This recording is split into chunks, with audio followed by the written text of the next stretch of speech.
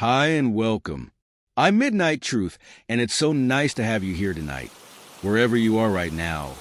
Whether you're in bed, lying on the couch, or just looking for a quiet moment, I want you to know this time is for you. Take a deep breath in, and as you breathe out, feel the weight of the day start to fade. Let your mind settle, let your body relax, and let yourself simply be. There's no rush, no pressure, just this calm, quiet moment. If you'd like, you can close your eyes and imagine yourself in a peaceful place. Maybe it's a cozy room with soft, warm lighting. Or maybe it's under a starry sky, with a gentle breeze brushing against you. Wherever you feel safe and calm, let yourself drift there.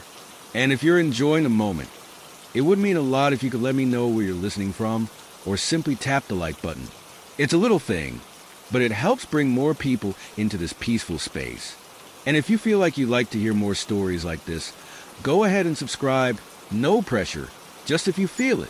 Tonight's story is gentle and soothing, perfect to carry you into a deep, restful sleep.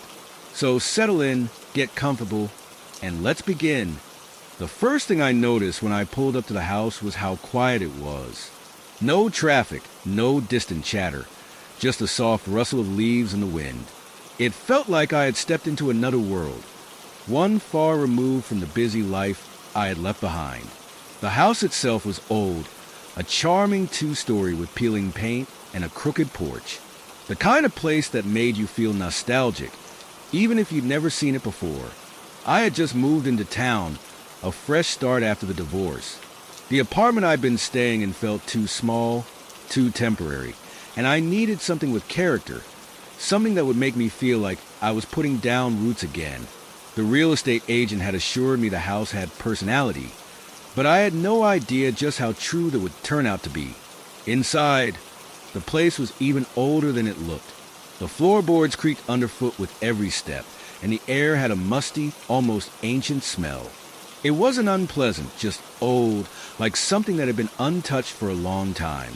I unpacked my things slowly, taking my time to explore each room. The layout was simple, nothing extravagant. A small living room, a narrow kitchen, and a winding staircase that led up to two bedrooms. The second bedroom at the back of the house had a small balcony that overlooked the yard. I spent my first night in the house setting up my new life, adjusting to the silence. It was odd, being alone in a place so still, but it was peaceful, at least for the time being. The next day, I ventured out to meet the neighbors. I met Mrs. Thompson, a woman in her 60s who lived two houses down. She was friendly enough, but when she found out where I had moved in, her face changed. She hesitated before speaking, her eyes flicking to the house down the street. "Ah, the old Webb place," she said softly, her voice lowering as if the house itself might be listening. It's been through a lot. People say it's haunted, you know. Last tenant ran out of there in a panic, mumbling something about curses. You hear strange noises at night, things that just don't make sense. I wouldn't stay there too long if I were you. I smiled politely, unsure whether she was being serious or just trying to make conversation. Still, the mention of strange noises piqued my curiosity. I shrugged it off, thinking she was just an eccentric old woman. That night, I settled into bed, the house creaking around me. The sounds were normal for an old place like this, I told myself. The wind outside, the house shifting with the cold, the occasional groan of the floorboards. But as I drifted off to sleep, I swore I heard something else, footsteps, slow and deliberate, coming from the hallway outside my room. I sat up listening. It could have been the house settling, I reasoned. But the footsteps didn't stop. They were too rhythmic, too deliberate. I stood up and crept toward the door, heart pounding in my chest. I opened it slowly, but there was no one there. The hallway was empty, bathed in moonlight streaming through the windows. I closed the door and tried to convince myself it was just my imagination, but I couldn't shake the feeling that something was off. The next few days were a blur of unpacking and settling into the rhythm of my new life. I tried to ignore the unsettling feeling that crept up on me every time the house groaned in the night. It was always the same, a soft creak of the floorboards, a faint whisper in the walls, like something was watching. But I told myself it was just my nerves, the result of being alone in a new, unfamiliar place. During the day, everything seemed normal.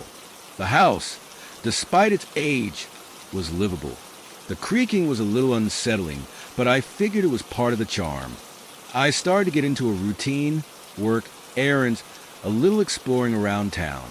I'd passed by Mrs. Thompson's house and waved hello, but I hadn't heard any more from her about the house's supposed history. Maybe she was just a superstitious old woman after all. Then one afternoon, I ran into someone else who seemed a bit more knowledgeable about the house. I was on my way back from the store when I saw a man standing near the front yard, looking at the house. He was in his early 30s, dressed in a faded jacket and jeans, his eyes fixed on the house with an intensity that made me uneasy. He noticed me walking up the driveway and gave me a hesitant smile. "New tenant, huh?" he asked. His voice was calm, but there was something in the way he spoke that hinted at a deeper concern. "Yeah," I replied, giving him a friendly nod. "Just moved in. It's a nice place." He seemed to hesitate before responding, his eyes darting back to the house, as if checking for something. "It's got a history," he said, his voice low, almost hesitant. "I used to live here, a few years back. It wasn't a pleasant experience." I raised an eyebrow, curious now. "What do you mean?" "It just seems like an old house. Nothing too strange." He looked away, like he was choosing his words carefully. "There's things that happen here, unexplainable things. It's the house, something about it. It changes people." His voice trailed off, and he shifted uncomfortably, like he wanted to say more, but was unsure how to continue. I stood there, waiting for him to elaborate, but he didn't. Instead, he just gave a small, almost apologetic smile. "You'll see for yourself," he said, before turning and walking away, disappearing down the street. I watched him for a moment, unsure of what to make of his words. Who was this guy? Why had he been so quick to bring up the house's dark past? And why hadn't he seemed entirely sane? That night, as I sat in the living room, the same feeling of unease began to settle in again. The house creaked as usual, but this time, the noises seemed different, more deliberate. There was a thud from upstairs, followed by a low, scraping sound, like something was being dragged across the floor. My heart skipped a beat. I'd heard this before, but tonight it felt closer. I stood up and walked cautiously to the staircase. The house felt colder now, and the familiar creaks of the floorboards felt almost like they were taunting me. The dragging sound stopped, but the heavy footsteps began again, slow and steady, moving toward the top of the stairs. I froze, holding my breath. The footsteps sounded too real, too heavy to be just the house shifting. They were deliberate, purposeful. Someone or something was walking toward me. I backed away slowly, heart racing in my chest. The footsteps stopped at the top of the stairs, and for a long moment, all was silent. The tension in the air was thick, suffocating.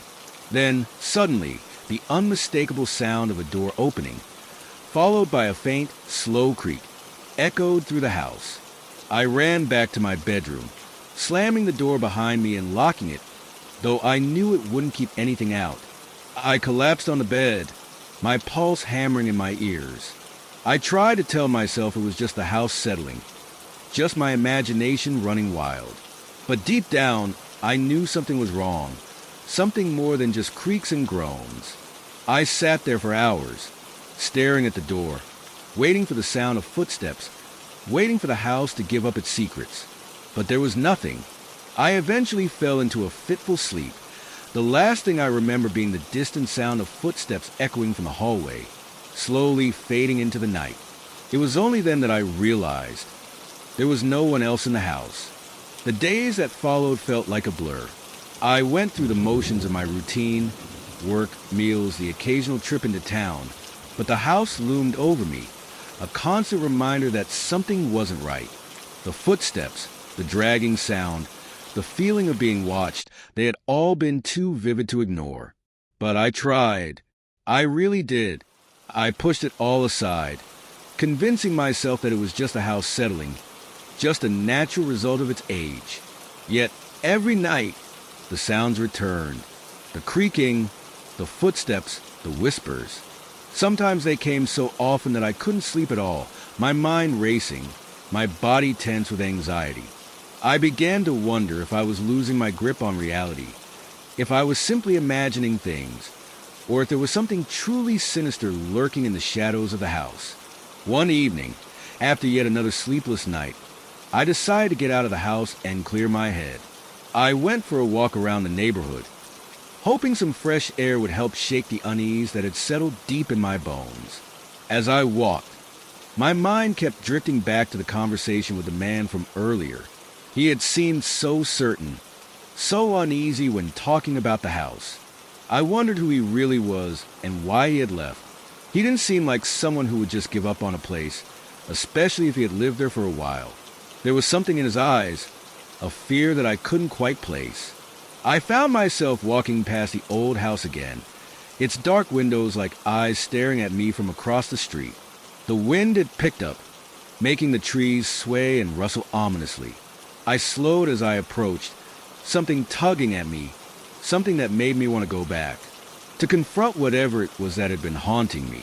But I didn't. I kept walking, even though the nagging feeling in the pit of my stomach told me I needed to know more about the house's history. It wasn't just the strange noises anymore. It was the way it felt, like the house had a life of its own, like it was holding its breath, waiting for something. The next morning, I went to the local library. I didn't know what I was hoping to find. Maybe some records of past tenants, something that could explain the bizarre events, the oppressive atmosphere. I sat down at one of the old wooden tables, the smell of dusty books heavy in the air, and began to sift through local records, trying to find anything about the house. After hours of searching through musty old files, I finally stumbled upon something, a worn newspaper clipping, yellowed with age, that mentioned the house. It was dated over 30 years ago. Strange disappearance at Webb House, the headline read. Local woman vanishes without a trace. I read the article carefully. The woman, Laura Webb, had lived in the house with her husband, Gregory. Neighbors had reported hearing strange noises coming from the house for weeks before she disappeared. Some said it sounded like chanting. Others said it was the sound of heavy footsteps pacing back and forth. But when the police arrived, they found nothing unusual, just an empty house untouched. Laura's husband was nowhere to be found either. The article didn't say much more than that, but it was enough. I felt a cold shiver run down my spine as I read the last line. It mentioned that Laura had been obsessed with the occult, often seen at strange shops and talking to people about rituals and curses. The house had a history, a dark, twisted history. I didn't know how to process it. I read about haunted houses before, but this was different. There were real people involved, real lives torn apart by whatever had taken root in that place. I couldn't stop thinking about the man I'd met, the one who had lived there before me. Had he experienced something similar? Had he known about Laura's obsession with the occult? Had he left the house because of what he had uncovered? I had to know more. I had to dig deeper. And if I was being honest with myself, part of me felt drawn to the house, to whatever secret it was hiding. Later that night, I returned to the house, my heart pounding in my chest. The wind howled outside, and the house felt colder than usual, like it was holding its breath. I climbed the stairs, my footsteps creaking in the silence. The air smelled faintly of mildew, but there was something else, something stale, like the scent of old books or burnt incense. I stood in the hallway, staring at the closed door to the second bedroom, the one with the balcony, the one that had always felt off. Something in me wanted to open it, to see what lay beyond. I took a deep breath and slowly turned the doorknob. The room was empty, save for a small, dusty chair in the corner. But as I stepped inside, I felt it. the sensation of being watched. I couldn't explain it, but it was there, pressing in on me, making my skin crawl. My eyes landed on the floor, and there, near the base of the wall, was something I hadn't noticed before, a small, faded piece of paper wedged between the floorboards. I bent down and pulled it free, my fingers trembling as I unfolded it. It was a diary entry. _ I can feel it now, the presence. It watches me when I sleep, whispers in the dark. I've tried to stop, but the ritual, it calls to me. It's too late. The house is waking. I can hear its footsteps, just like they said. I fear what it will do to me. _ The entry was cut off abruptly, as if the writer had been interrupted. My heart raced as I realized the connection. The rituals, the footsteps, the chilling presence that had been haunting the house. I was not alone. I stood there, frozen, staring at the diary entry in my hands. The words seemed to blur together, then sharpen in the dim light of the room. The house is waking. Those words echoed in my mind. A chilling reminder that whatever had been lurking in the shadows, whatever had been watching me, was not just a figment of my imagination. I tucked the diary entry into my pocket, my mind racing. The room felt suffocating now, the air thick with a presence I couldn't escape. The smell of mildew had intensified, but there was something else too, an acrid, burning scent, like incense gone wrong. It made my stomach churn. I backed out of the room, the floor creaking under my feet as I made my way to the stairs. I wanted to leave, to run as far away as I could, but something kept pulling me back. I had to know more. I had to figure out what had happened to Laura Webb, what had happened to the man who lived here before me. And most of all, I had to know what had been awakened in this house. As I descended the stairs, I heard something, a soft whisper, almost too quiet to hear. It came from the direction of the living room, and though it was faint, it was unmistakable. The whispering was followed by a low, rhythmic thud, like something heavy being dragged across the floor. My heart pounded in my chest. It was happening again, but this time I couldn't ignore it. I couldn't pretend it was just the house settling, just my imagination running wild. Something was here, something that was alive. I crept toward the living room, my breath shallow, trying not to make a sound. The whispering grew louder, more distinct now, though I couldn't make out the words. It was like a chant, rhythmic and steady, almost hypnotic. The thudding continued, getting closer, as if whatever was making the noise was moving toward me. The hairs on the back of my neck stood up. I reached the threshold of the living room and peered inside. The room was dark, save for the faint glow of the streetlights outside filtering through the windows. The air was cold, colder than it had been before. I could see my breath as I exhaled, and the chill sent a shiver through me. Then I saw it. A shadow moved across the far wall, faint and indistinct at first, but then it took shape. A figure, tall and hunched, dragging something heavy behind it. I couldn't see its face, but I could feel its presence, a dark, oppressive weight that pressed in on me from all sides. I wanted to scream, but the words stuck in my throat. My legs felt like they were made of lead, frozen in place, as the shadow continued to move toward me, its footsteps echoing in the stillness. The whispering grew louder, more frantic. The figure was almost upon me now. I could hear it breathing, deep and labored, its presence suffocating.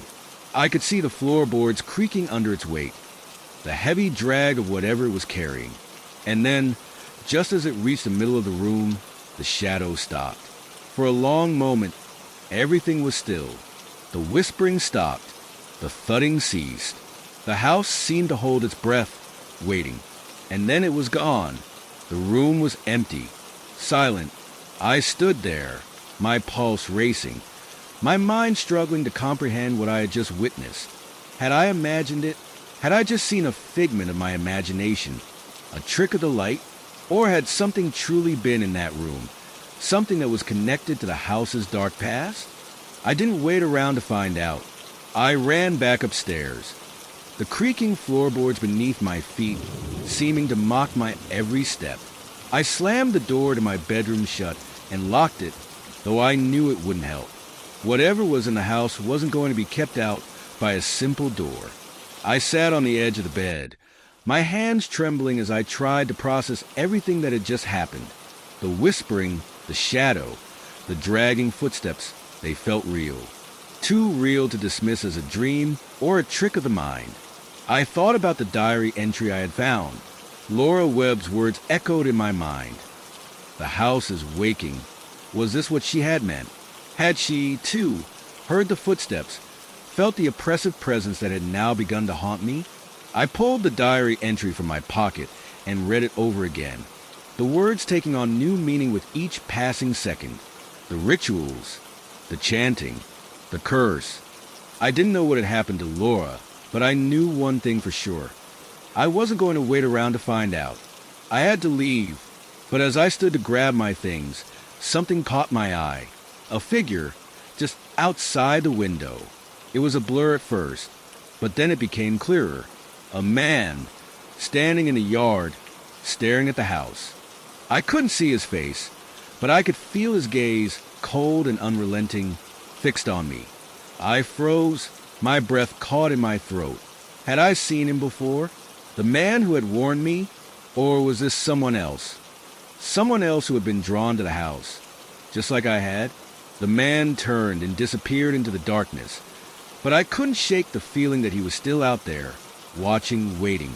And then, from somewhere deep within the house, I heard it again. The unmistakable sound of footsteps, slow and deliberate, coming closer. I wasn't alone anymore, and I didn't know how much longer I could survive in this place. I didn't sleep that night. I couldn't. I sat by the window, my eyes darting between the shadows outside and the dark corners of the room. My pulse thudded in my ears, and every creak of the floorboards made my heart race. Every whisper of wind outside felt like a warning. I was trapped, and I could feel the house closing in on me, tightening its grip around my chest. The footsteps outside continued to haunt me. They seemed to move closer with every passing minute, their rhythm slow and purposeful. Whoever, or whatever, was out there knew I was inside, knew that I was awake, knew that I was afraid. It wasn't just the footsteps that tormented me. It was the silence between them, the unnatural stillness that settled over the house when the sound stopped. The silence was thick, like something was waiting for me to make a mistake, waiting for me to give in to my fear. I needed to get out. I knew that. But how? The house had already shown me it wouldn't let me leave without its say. The man in the yard, the whispering in the dark, the shadow I had seen in the living room. None of it felt real. But then again, none of it felt like a dream either. It felt like a warning. I had to know what was happening. I had to learn about the rituals, about the curse. If I didn't, I was never going to make it out of here. I spent the next day combing through the house. Every room, every closet, every corner. I wasn't going to let whatever was haunting me remain a mystery any longer. I needed answers. I had to find the truth, no matter how dark it was. It was in the attic where I finally uncovered what I had been searching for. The attic was small and cramped, filled with old furniture covered in sheets, boxes of forgotten belongings, and dusty books stacked haphazardly. The air was thick with the scent of decay, and the floorboards groaned under my weight. I felt like I was walking into the mouth of a beast, silent, watching, waiting. I found the old trunk in the far corner, partially hidden behind some old blankets. It was made of worn leather, its edges frayed, the lock rusted shut. My hands trembled as I knelt down to open it, unsure of what I would find. The lid creaked open with a loud groan, and I was met with the sight of old papers, brittle and yellow with age. They were scattered inside, some neatly folded, others crumpled and torn. I pulled them out one by one, my fingers brushing against the delicate paper, as though the slightest touch might turn it to dust. Most of the papers were faded and hard to read, but one caught my eye, a large, thick book, its cover cracked and worn. I opened it cautiously, and the words that filled the pages were written in a language I couldn't understand. But it wasn't the language that caught my attention. It was the drawings, sketches of symbols, rituals, dark figures. In the margins, there were notes written in the same scrawled handwriting as the diary entry I had found earlier. Words like sacrifice, binding, awakening. My stomach turned as I read through them. The rituals described in the book were unsettling. They spoke of opening doors to another world, a world where the boundaries between the living and the dead were thin, fragile. The house, it seemed, had been built on a spot of particular significance, a place where the veil between the realms had been worn thin long before Laura Webb had moved in. She hadn't been the first to try the rituals. She had only been the most recent. I flipped through the pages, the air growing colder with every word I read. And then I found it, the one thing I had been searching for, a description of the house's original owner, the one who had built it, the one who had first opened the door. His name was Richard Webb. According to the book, Richard Webb had been obsessed with the occult. He had believed that the house itself was a conduit, a passageway between the living world and something darker, something older. He had performed rituals there, alone, drawing symbols on the walls, summoning spirits. At first, it had been small things, a cold draft, a whisper, a shadow at the edge of his vision. But then, the house had responded.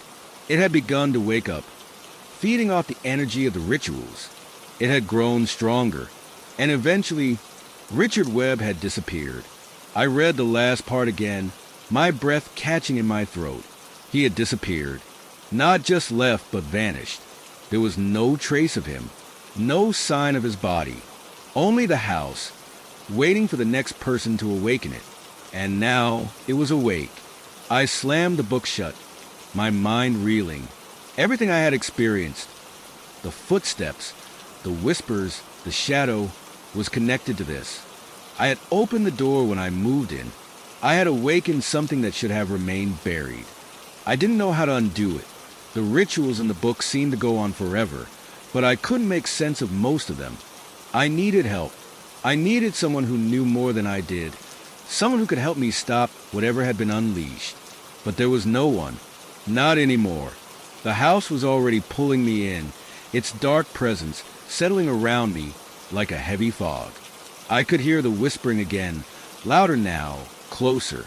The footsteps, too, were back, moving through the house like they were searching for something. No, someone. I backed away from the trunk, my mind spinning. But as I turned toward the stairs, I froze. There, in the doorway, stood the man, the one I had seen outside the window the night before. His face was pale, his eyes wide with fear. His mouth moved, but no sound came out. Behind him, the shadows shifted, swirling around him like a storm. And then, as if it had always been waiting for this moment, the house spoke.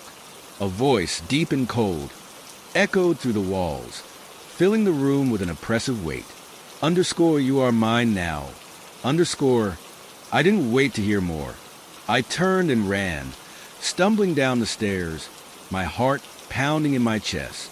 The house wasn't going to let me go. It never had. I ran. There was no thinking, no planning.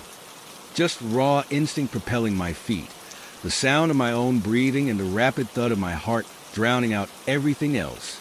The stairs felt like they were never ending as I rushed down them, the wooden steps creaking beneath me with an ominous groan, like they were calling out to me, urging me to stop, to listen. But I didn't stop. I couldn't. The air around me was thick, suffocating, and I felt the weight of something behind me, something chasing me, no, something following me. It was a house, its presence seeping into the walls, into the floor, into me. I could hear the footsteps again, echoing in the silence, always just behind me, always just out of reach. I didn't dare look back.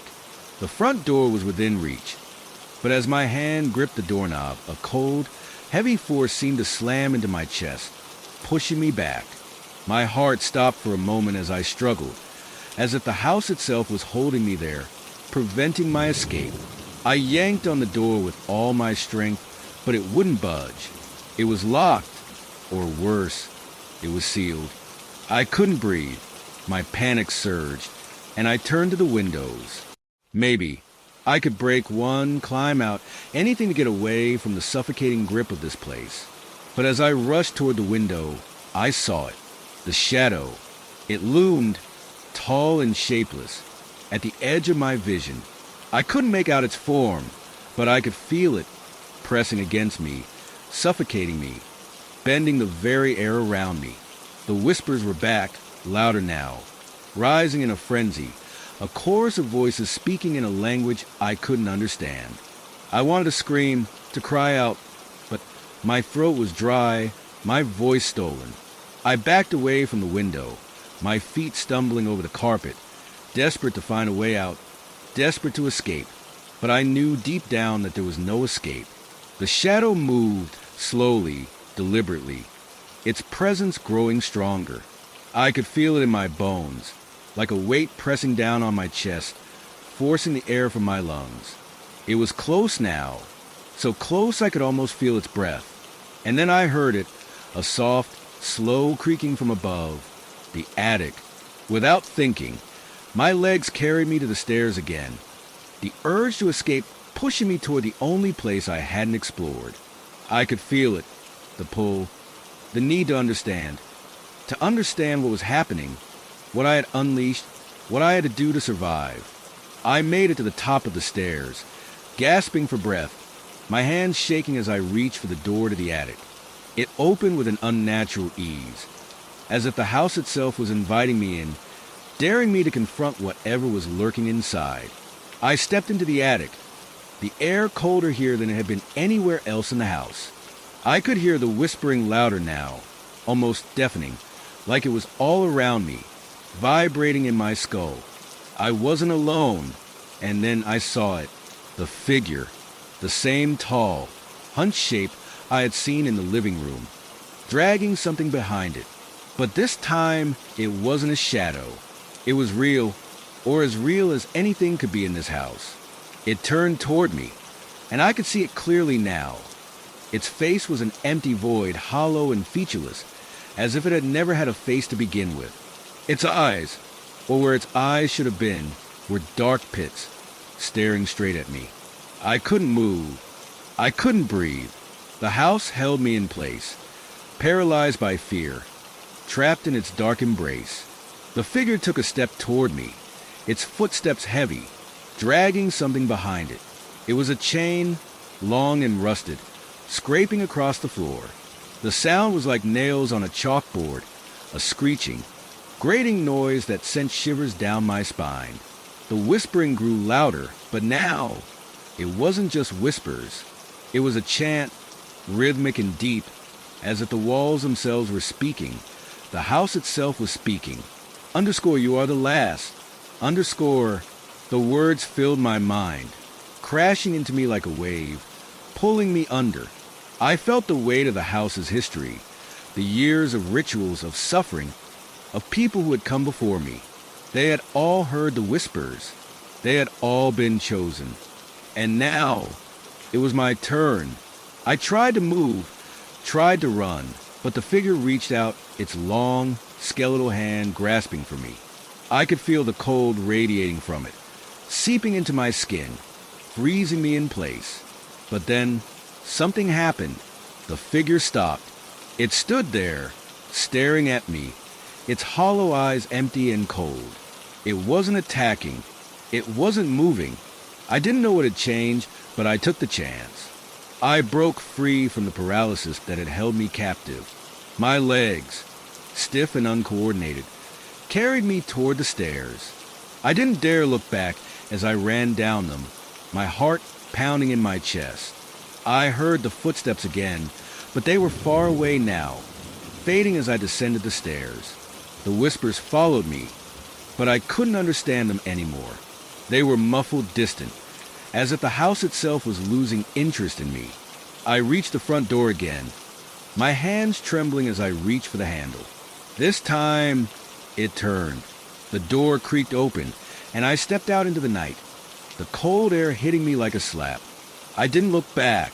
The house was silent now, but I could feel it lurking behind me, waiting. As I walked away, I couldn't shake the feeling that I hadn't escaped. I had only left it behind for someone else to find. And as I walked down the street, I heard it, the faintest of footsteps, slow and deliberate behind me. I don't know how long I walked after I left the house.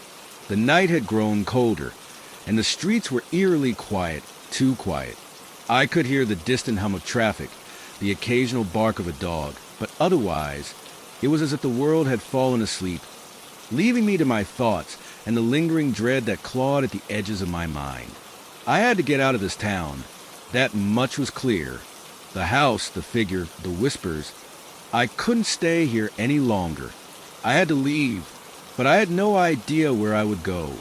I had no place left to turn, no safe haven. The only thing I could think to do was keep walking, keep putting distance between me and the nightmare I had just escaped. But as I walked, the dread didn't fade. It clung to me, wrapping itself around my chest like an iron chain. And then it hit me. What if the house wasn't done with me? What if it had followed me? I stopped walking, a sudden chill creeping over me. I turned around slowly, half expecting to see the house looming in the distance. But it wasn't there, of course. It couldn't be. I was miles away by now, right? The streets were unfamiliar. The buildings different. It was just my mind playing tricks on me.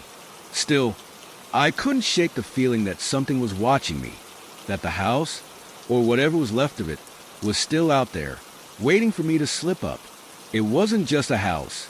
It was a presence, a dark, oppressive force that had wormed its way into my soul, and no matter how far I ran, I wasn't sure I could escape it. I tried to focus, to ignore the creeping sensation at the back of my neck. I picked up my pace, hoping the rhythm of my footsteps would drown out the anxiety building inside me. But then I heard it again, the footsteps. They were quiet at first, a soft tapping on the pavement behind me. I froze, my heart slamming into my chest. No, it couldn't be. I turned around sharply, expecting to see anyone, walking behind me. But there was no one. The street was empty, save for the occasional car passing by in the distance. I turned back, breathing hard, my pulse racing. It had to be in my head. I had just escaped that cursed house, and now my mind was playing tricks on me, punishing me for what I had seen, what I had felt. But the footsteps didn't stop. They grew louder, more distinct, like someone walking just out of sight, keeping pace with me. I quickened my steps, my heart pounding in my ears. I looked around again, panic rising in my chest. No one. There was no one there, but I could still hear them. The footsteps, soft but deliberate. They were closer now. I broke into a run, my legs burning, but no matter how fast I moved, the footsteps kept up with me. The sound was so clear now that it seemed to reverberate in the air, making it impossible to ignore. It was as if someone was walking right behind me, matching my every step. I didn't dare turn around. I couldn't. The fear, the terror, the suffocating dread was all-consuming, tightening around my throat, my chest, making it hard to breathe. I had to get away. I had to. Suddenly, the footsteps stopped. For a moment, it was like the world went silent.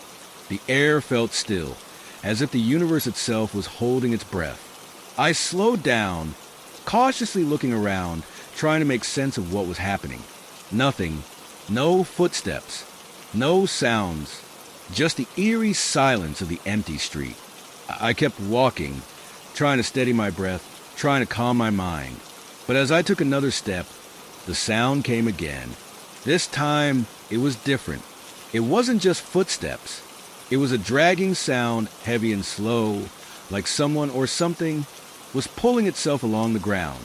I felt a cold gust of wind, even though the night was still. It cut through me, a bone-deep chill that left me shivering.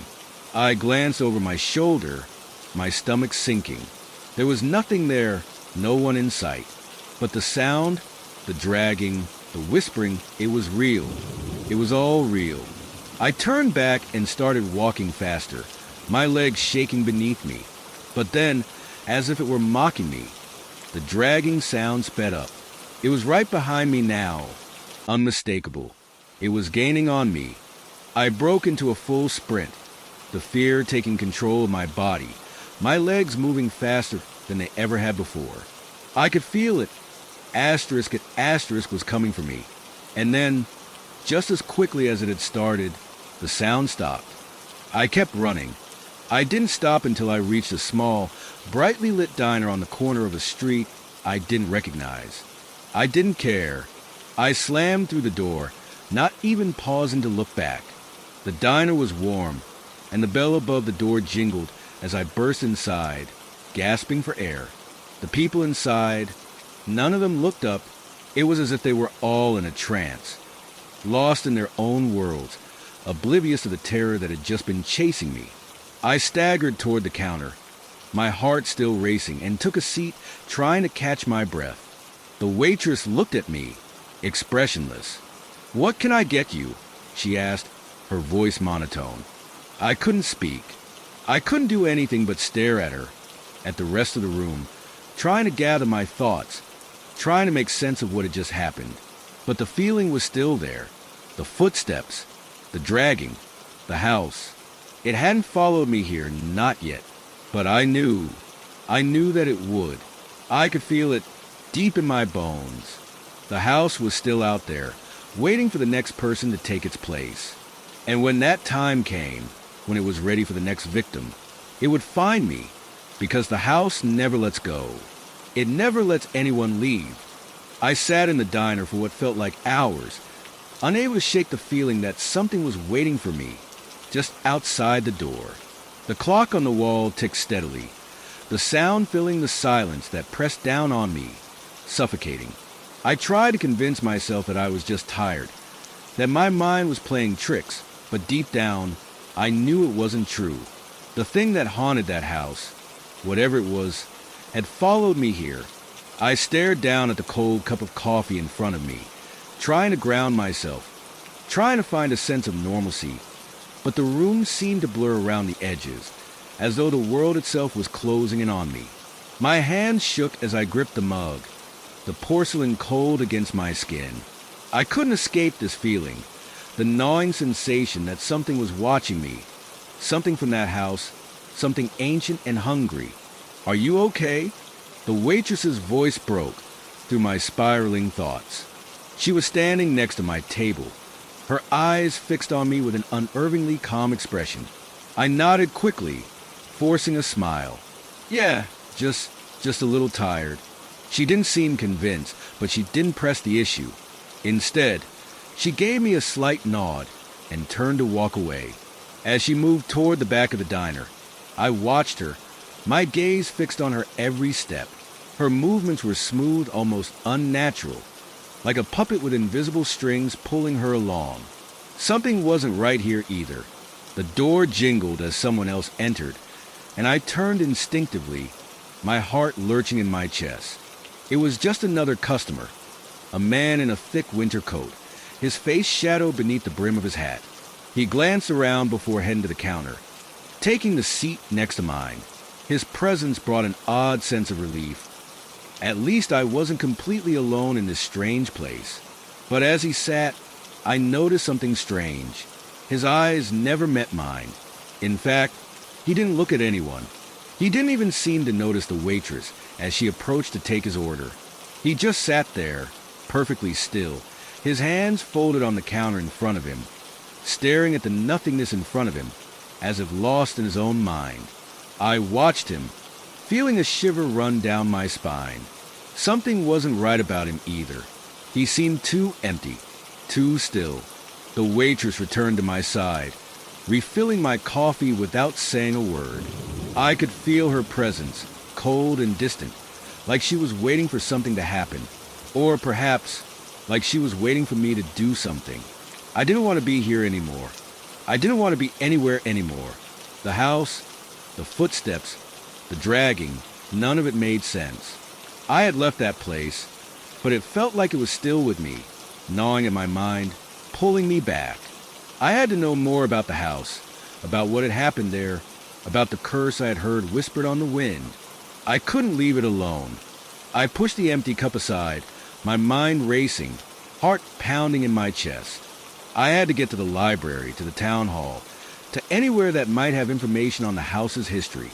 I couldn't live like this anymore, trapped in this suffocating fear. "I'm sorry," I said suddenly, standing up quickly and causing the man in the corner to flinch. "I need to go." The waitress didn't respond. She simply watched me, her face unreadable, as I made my way toward the door. I stepped outside into the cold night air, the chill cutting through my thin jacket, but I barely noticed it. My mind was elsewhere, focused entirely on the path ahead. The streets were still eerily quiet. There were no cars, no sounds of life, just the soft hum of the world, far off in the distance. It was unsettling, as though the town had been emptied out, abandoned, and I was the only one left. I started walking, my steps quick and unsteady, until the diner was far behind me. I didn't know where I was going, only that I had to keep moving.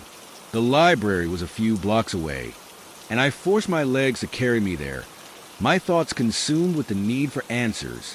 When I arrived at the library, it was closed. The doors were locked, the lights off. My heart sank. Of course it was closed. I was too late.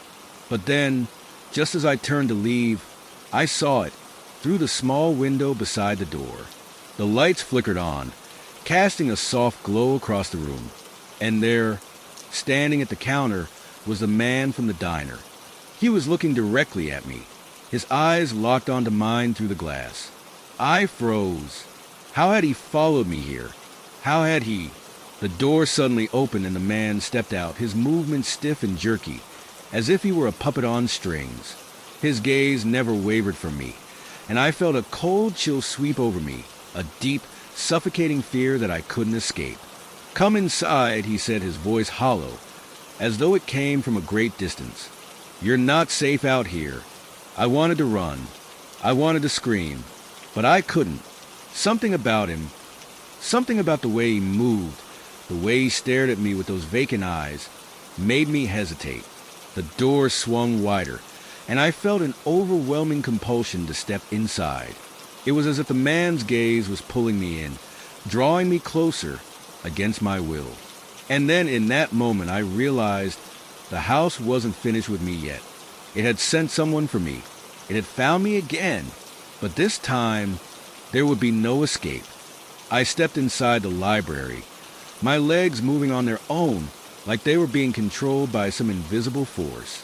The man watched me with those vacant, empty eyes, his lips curled into something that might have been a smile, though it didn't reach his eyes. It was as if he knew something I didn't, something that was about to consume me, body and soul. The air in the library felt thick, as though the very walls were pressing in on me. The faint smell of old books, dust, and something else, something unpleasant, hung in the air, mingling with the stifling silence. I could barely hear my own breathing over the oppressive stillness that enveloped the room. My eyes darted around, searching for something, anything, to give me some sort of clue as to why I was here. The man motioned toward a dusty, worn chair near the counter. "Sit," he said, his voice as hollow as before. I hesitated for a moment, but the weight of his gaze was too much. I had no choice but to sit. My mind screamed at me to run, but my body obeyed, moving mechanically, as if I had lost all control. I took a seat, and the man slowly shuffled behind the counter, pulling out a thick, leather-bound book from a drawer. The book seemed out of place here, with its worn cover and ancient pages that looked as though they hadn't been touched in years, maybe even decades. He placed it in front of me, opening it to a page that was so faded I could barely make out the words. But something about it made my stomach churn. The air in the room grew colder, and the faint sound of distant whispers seemed to echo around me. My heart pounded in my chest as I leaned closer to the book, trying to read the illegible text. "You're looking for answers, aren't you?" The man's voice broke the silence again, sending a chill down my spine. This is the house's history. Its true history. I looked up at him, my mind racing, but all I could do was nod. This house, he continued, his voice growing softer, more eerie, was never meant to be a home.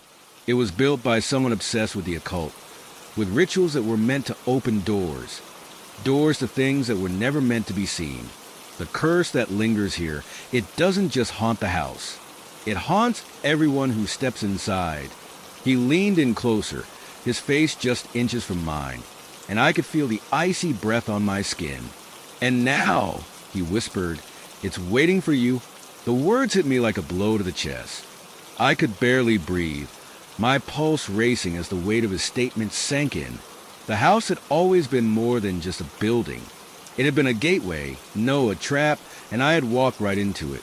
I glanced down at the book, my eyes scanning the strange symbols and scribbled words that filled the pages. I could barely understand it, but I could feel its power, like a tangible force pushing against my mind, trying to consume me. This house, the man said again, is alive.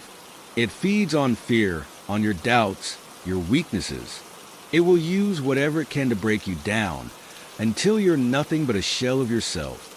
I could feel my breath catching in my throat, my chest tightening as the room seemed to close in around me. The man's voice became a dull, rhythmic hum in the background, blending with the whispers in my head, the whispers that grew louder, clearer. "Do you hear it?" he asked, his tone now almost excited. "The footsteps? The dragging? They're here. They've always been here." I wanted to scream, to run, but I couldn't. My body refused to move, as though I were rooted to the chair, unable to escape. The whispers were growing louder, more frantic, and then came the sound, the unmistakable sound of footsteps. Heavy, slow, deliberate. I turned toward the source of the noise, my eyes wide with terror. But there was nothing. No one. Just the empty rows of bookshelves stretching off into darkness, the shadows dancing in the dim light. But I could hear it. I could feel it. The thing was here, in the library with me. The man beside me didn't seem to notice. He simply continued speaking in that monotonous, almost reverent tone, as though he were reciting a prayer or perhaps a warning. The thing that haunts this house, whatever it is, whatever it was, won't stop until it gets what it wants. And it wants you. A sudden coldness swept through the room, so intense that my breath turned to mist in front of me. The temperature dropped, the air thick with an unnatural chill that seeped into my bones. I could feel the weight of something unseen pressing down on me, like a hand on my chest, pushing the air from my lungs. And then, just as quickly as it had come, the coldness disappeared. The room returned to its usual stifling heat. But the silence that followed was even worse. The footsteps, the whispers, everything had stopped. It was as though time itself had paused, holding its breath, waiting. "Why are you telling me this?" I managed to croak, my voice barely a whisper, my throat tight with fear. "What do you want from me?" The man finally looked at me, his eyes vacant, his lips stretched into a thin, almost pitying smile. "I want nothing. The house, it's already chosen you." His words lingered in the air long after he had spoken them. And in that moment I understood. The house didn't need me to do anything. It simply needed me to stay and wait for whatever was coming next. I couldn't breathe. I couldn't think. All I could do was sit there, the cold sweat beating on my skin as the weight of his words pressed down on me, crushing me. The house was alive, it was waiting, and there was no escaping it. Not now. Not ever. The man's words reverberated through my mind like a curse, a chant I couldn't escape. "It's already chosen you." I couldn't shake them, couldn't push them out of my mind. Every inch of me screamed to run, to break free from whatever pull had latched onto me, but my body refused to obey. I was trapped in the library with this stranger, this empty-eyed man who had spoken words that threatened to swallow me whole. For the first time in days, I felt like I might finally understand what was happening, but it only made things worse. The thing that had haunted me, no, that had followed me, wasn't just in the house. It had been with me all along. It had been waiting, quietly, patiently, until it was ready to make its move. And now, it had me cornered. I opened my mouth to ask the man more questions, but the words caught in my throat. I couldn't find the strength to speak.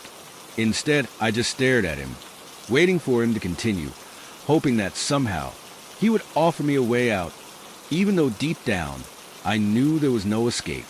The man slowly stood from behind the counter and walked over to a shelf near the far wall. I watched him, my heart pounding in my chest, the silence stretching between us like an eternity. His movements were slow, deliberate, as though he were savoring each step. When he reached the shelf, he pulled a book from the top, one that looked older than anything else in the room, its cover cracked and worn. He turned to face me, holding it in his hands like it was some kind of sacred artifact. "This is the one you need," he said, his voice softer now, almost reverent.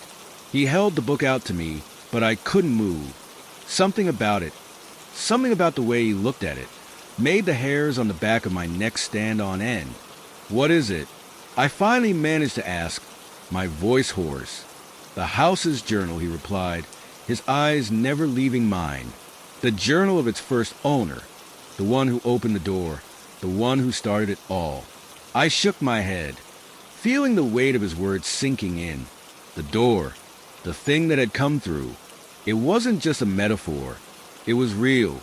What happened to the first owner? I whispered, afraid to hear the answer but needing to know. The man's lips twisted into that same unsettling smile. They didn't make it. None of them did. I felt a cold sweat break out across my forehead. "What do you mean? What happened to them?" The man's eyes darkened, and he took a step closer, lowering his voice. "The house takes what it needs. The original owner opened the door to the darkness, and it was never meant to be closed. The curse lives on, and it feeds on anyone who enters. The footsteps you hear, the dragging, that's it hunting." I felt my stomach twist in knots. The footsteps, the dragging. It wasn't just some figment of my imagination, something to explain away in the light of day. It was real.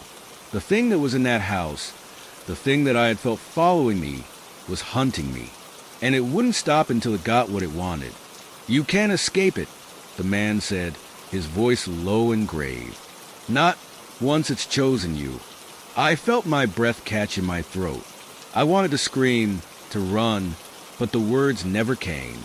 My chest felt tight, suffocated by an invisible weight, and my legs refused to move. I was trapped in this nightmare, this cursed town, this library with a man who seemed to know more about the evil in that house than he should. "You need to finish it," he said, as if reading my mind. "You need to close the door. Find the ritual. Do what the original owner couldn't, or you'll become part of the house. Forever."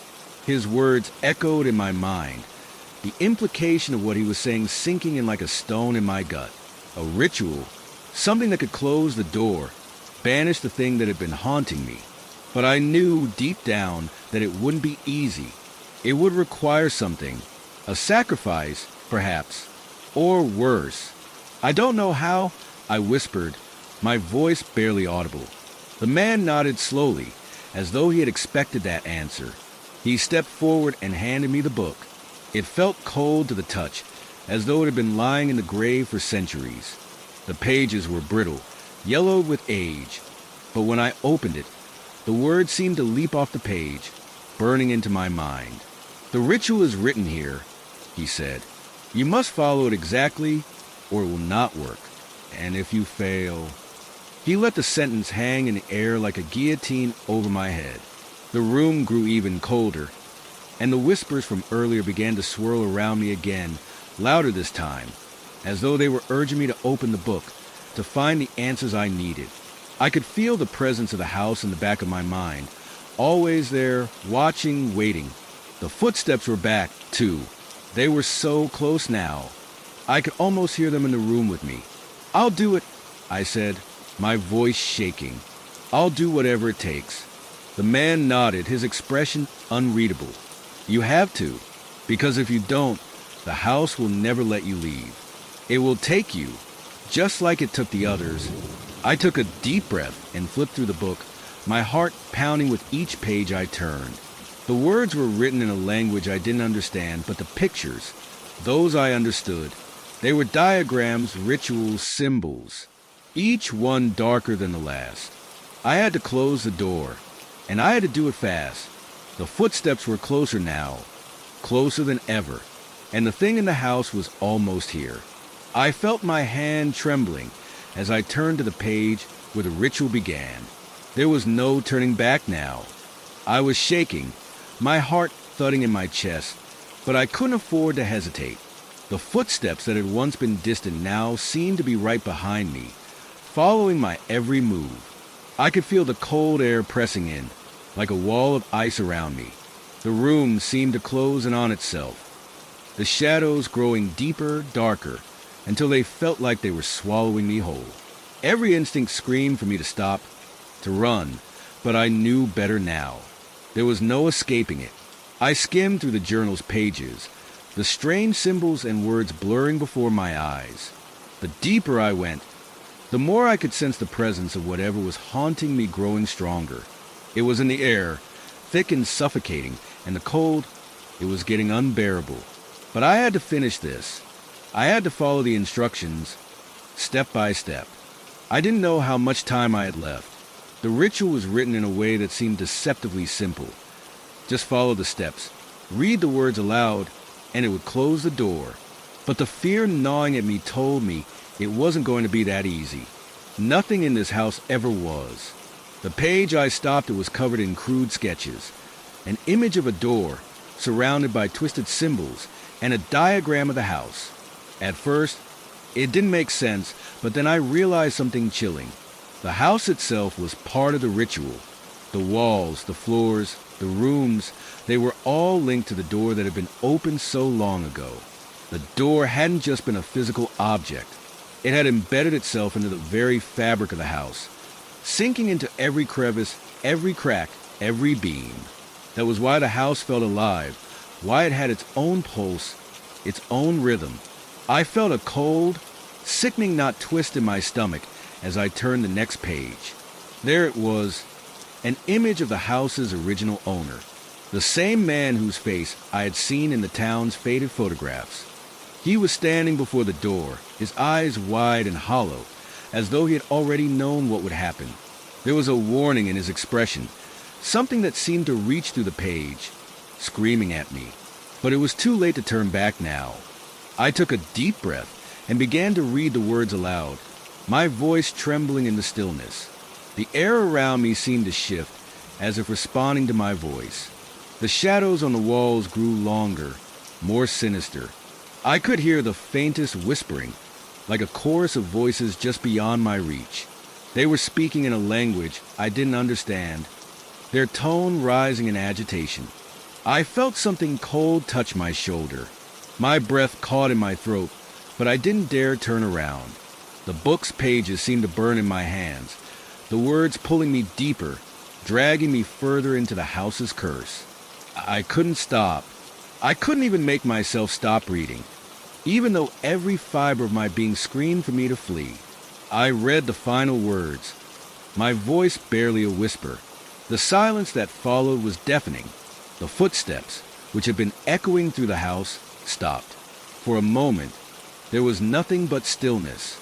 The air seemed to thicken, the weight of the house pressing down on me, and I thought, just for a second, that maybe, just maybe, I had done it. Maybe the door had closed, and I was free.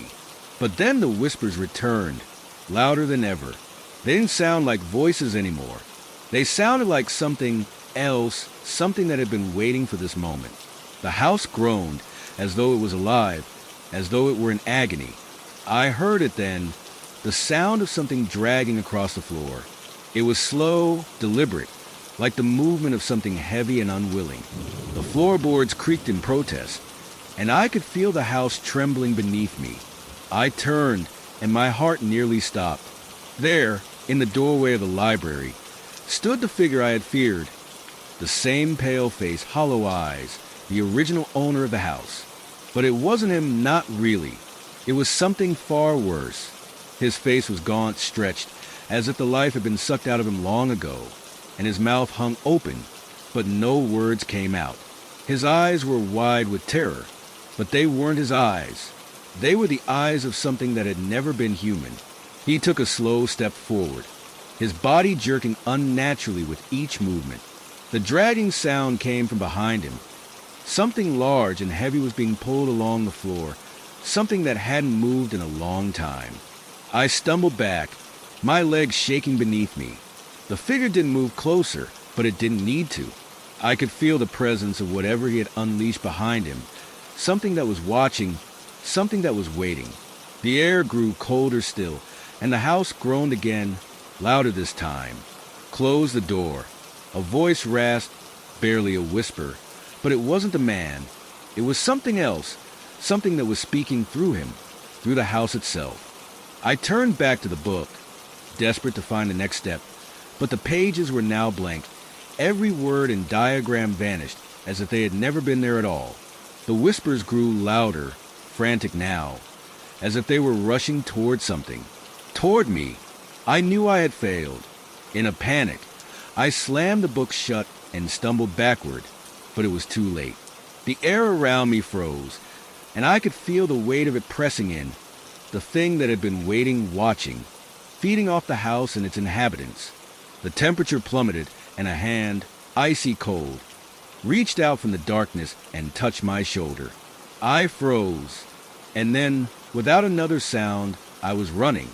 I didn't think, didn't look back. I sprinted through the hallways, through the creaking floors, feeling the house close in on me, its walls seeming to bend and twist as I ran. When I reached the front door, it wouldn't open. It was locked. I could feel it. The thing was already in the house, already inside me, feeding on my fear. And then I heard it, footsteps, louder than before, closer than ever. The door opened behind me, and I fled into the night. The cold air hit me like a slap to the face, but it didn't matter. I ran. I didn't look back.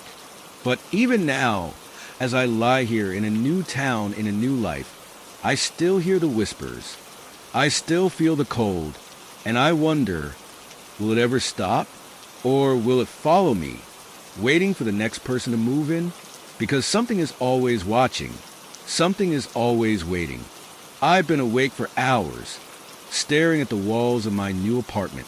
The city lights outside cast a dull glow through the window, but the shadows in the corners of the room seem darker than they should be.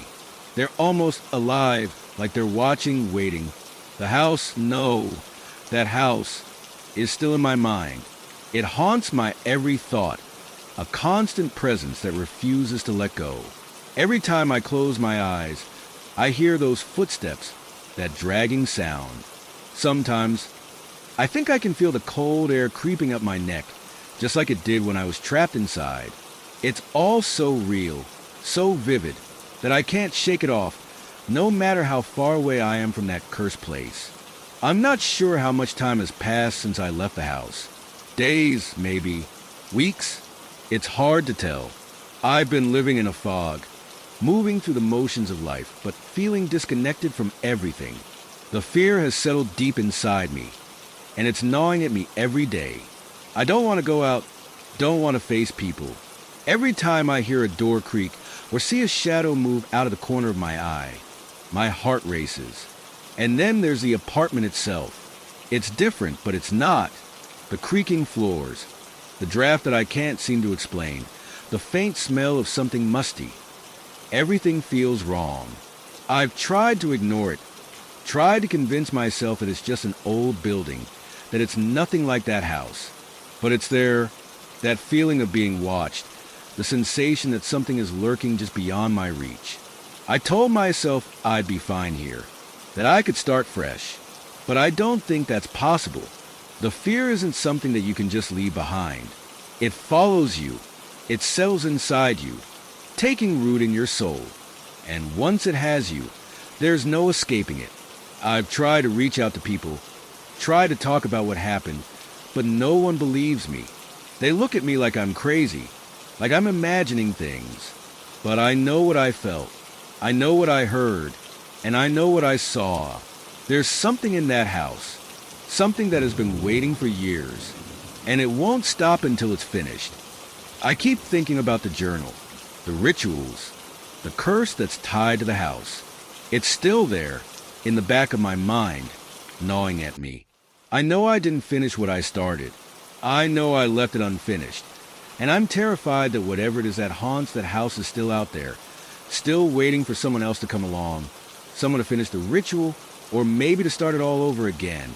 I should be happy that I escaped, that I'm alive, that I made it out. But I can't help but feel like I just traded one nightmare for another.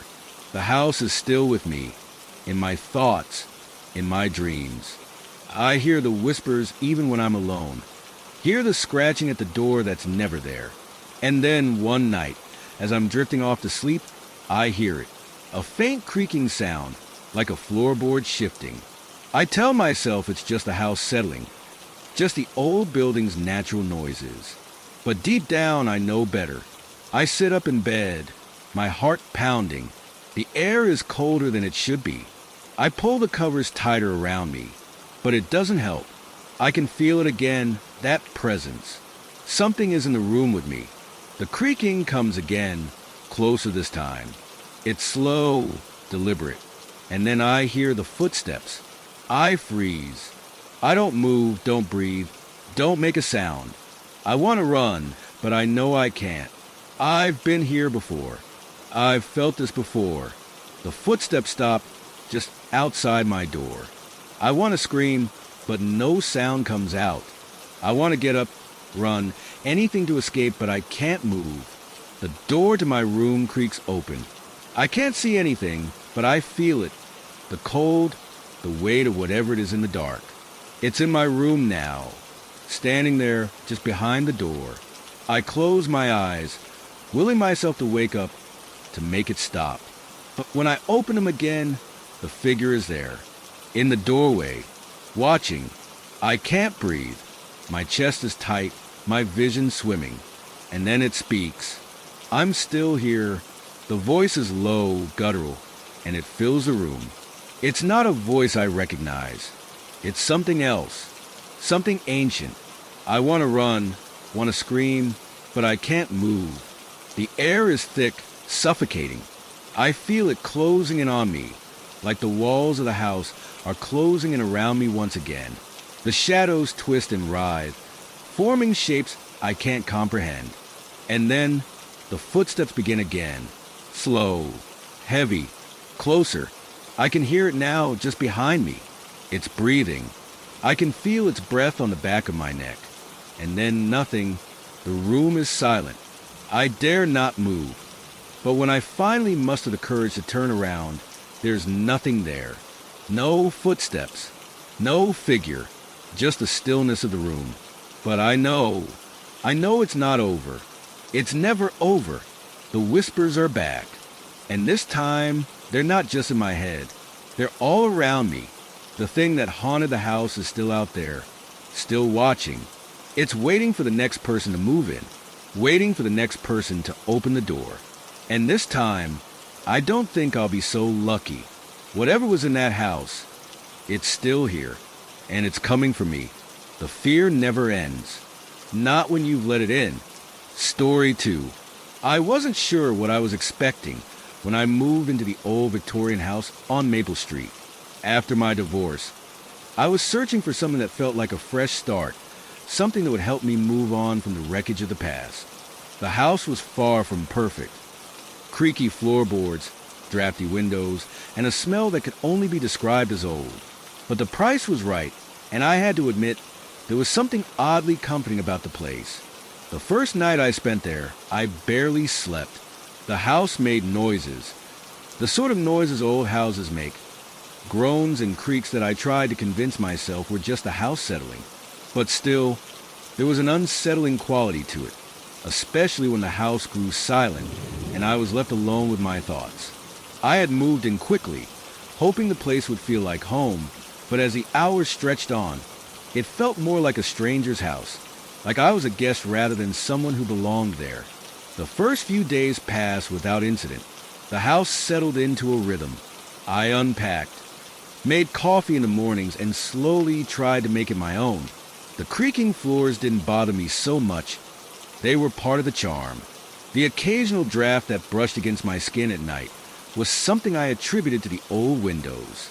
But there were moments, late at night, when I couldn't help but feel like something else was there with me.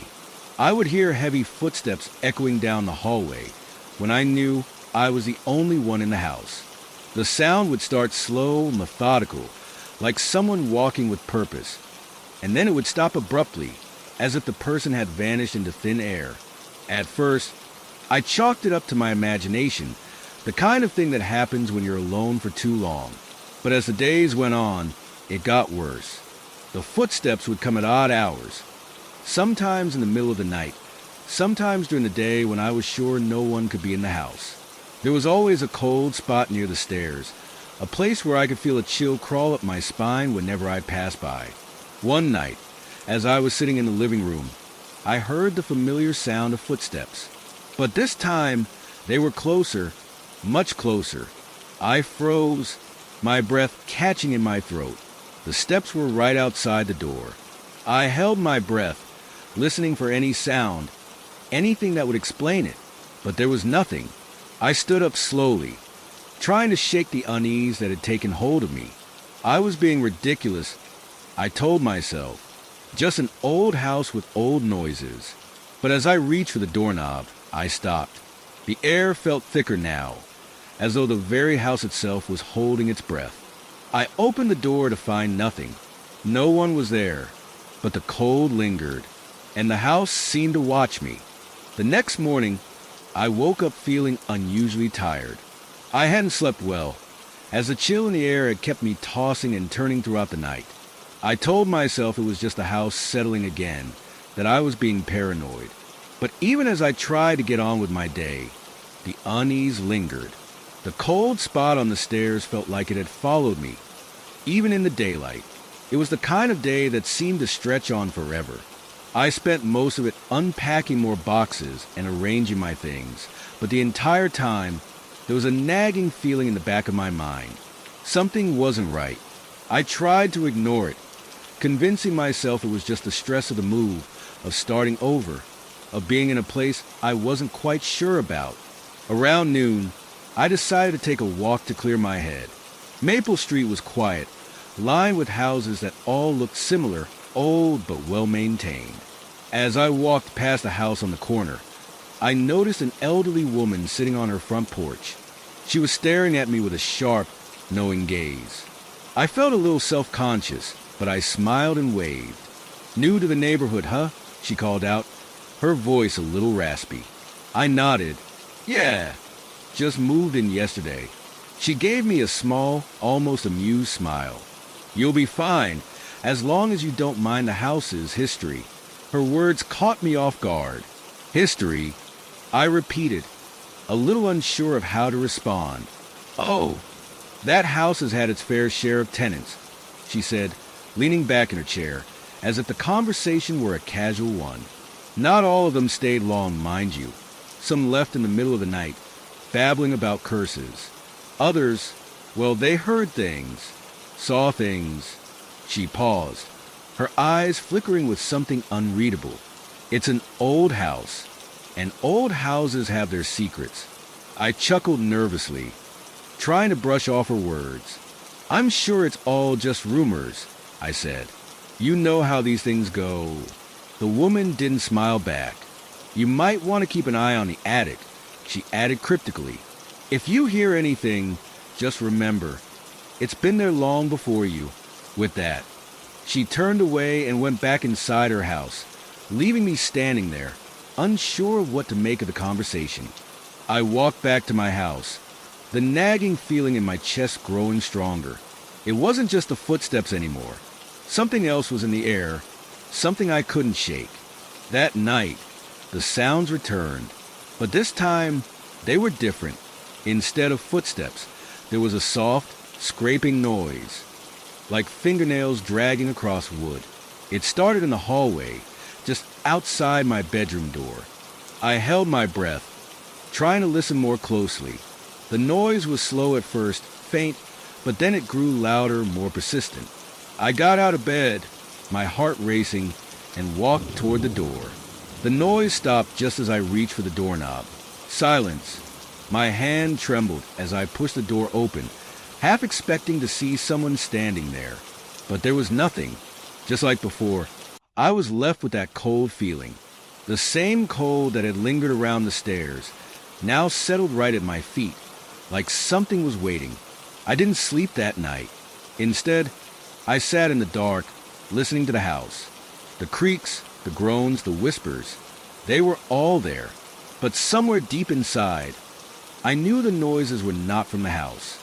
They were something else, something that was waiting. The next day, I couldn't shake the feeling that I was being watched. It was the strangest sensation, as if invisible eyes were following my every move. I went to the attic, convinced that if I just explored, I could figure out what was going on. When I opened the attic door, the air was thick with dust. The attic was dimly lit by a small, cracked window, and the floorboards creaked under my feet as I stepped inside. It wasn't a large space, mostly just old furniture and boxes covered in sheets. But something caught my eye in the far corner, a dusty old trunk. It was dark with age. I moved toward it, curiosity pulling me closer. When I reached for the latch, I hesitated. What if this was a bad idea? What if I was about to open something I wasn't ready to face? But I opened it anyway. Inside, there were papers, old yellowed pages, some written in a hurried, almost frantic scrawl. I pulled them out, the weight of them unsettling in my hands. As I flipped through the pages, one sentence stood out. The door has been opened. The words seemed to pulse with a strange energy, as if they were alive. The rest of the pages detailed odd rituals, strange symbols, instructions for incantations, and references to something that sounded like a curse. The name of the house's original owner, a man named Samuel Blake, was written at the top of every page. I set the papers aside, my mind racing. This wasn't just a house with creaky floorboards and cold spots. This place had a history, and it was darker than I could have ever imagined. I wasn't alone here. Not really. That night, the footsteps came again. But this time, they weren't just in the hallway. They were inside my room, behind me, right at my ear, and I could feel it, a presence. Something cold, something wrong. It was closer than ever. The air in the room felt thick with unease. My heart hammered in my chest as I lay still in bed, staring at the shadows that danced on the walls. The footsteps, they weren't just sounds now. They were a presence, something that seemed to move just beyond my line of sight, yet always too close. The soft scraping from earlier had turned into something heavier, like a slow, deliberate dragging of something across the floor. I tried to breathe through it, forcing myself to stay calm. "It's just the house," I whispered to myself. "It's just the house." But even as I said the words, I knew I was lying.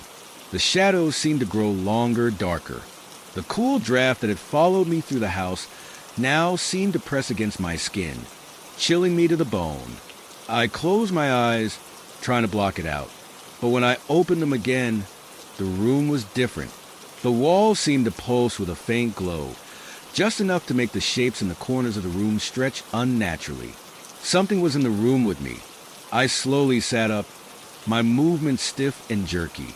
My eyes scanned the dark corners, the dim outline of the door across from me, the space under the bed where I swore I saw movement. But when I looked, nothing was there. The air felt like it was suffocating me, and the cold seemed to be coming from every direction. The floorboards groaned under the weight of something moving, something heavy. My breath hitched, and I couldn't stop the shiver that ran down my spine. I could feel it now, the presence behind me, just out of reach. The footsteps had stopped, but the feeling remained, a suffocating pressure, as if something was watching me, waiting for the right moment to strike. I turned toward the door, my hand frozen just above the knob. The house was silent now, too silent. The usual creaks and groans of an old building were gone. The house had gone still. It was the kind of silence that felt unnatural, the kind that made you feel like you were being held in place by something unseen. And then I heard it, a soft whisper, barely audible, just a breath against my ear. It wasn't a voice, not really. It was more like a feeling, a presence that seemed to speak directly to my mind. Leave. I froze.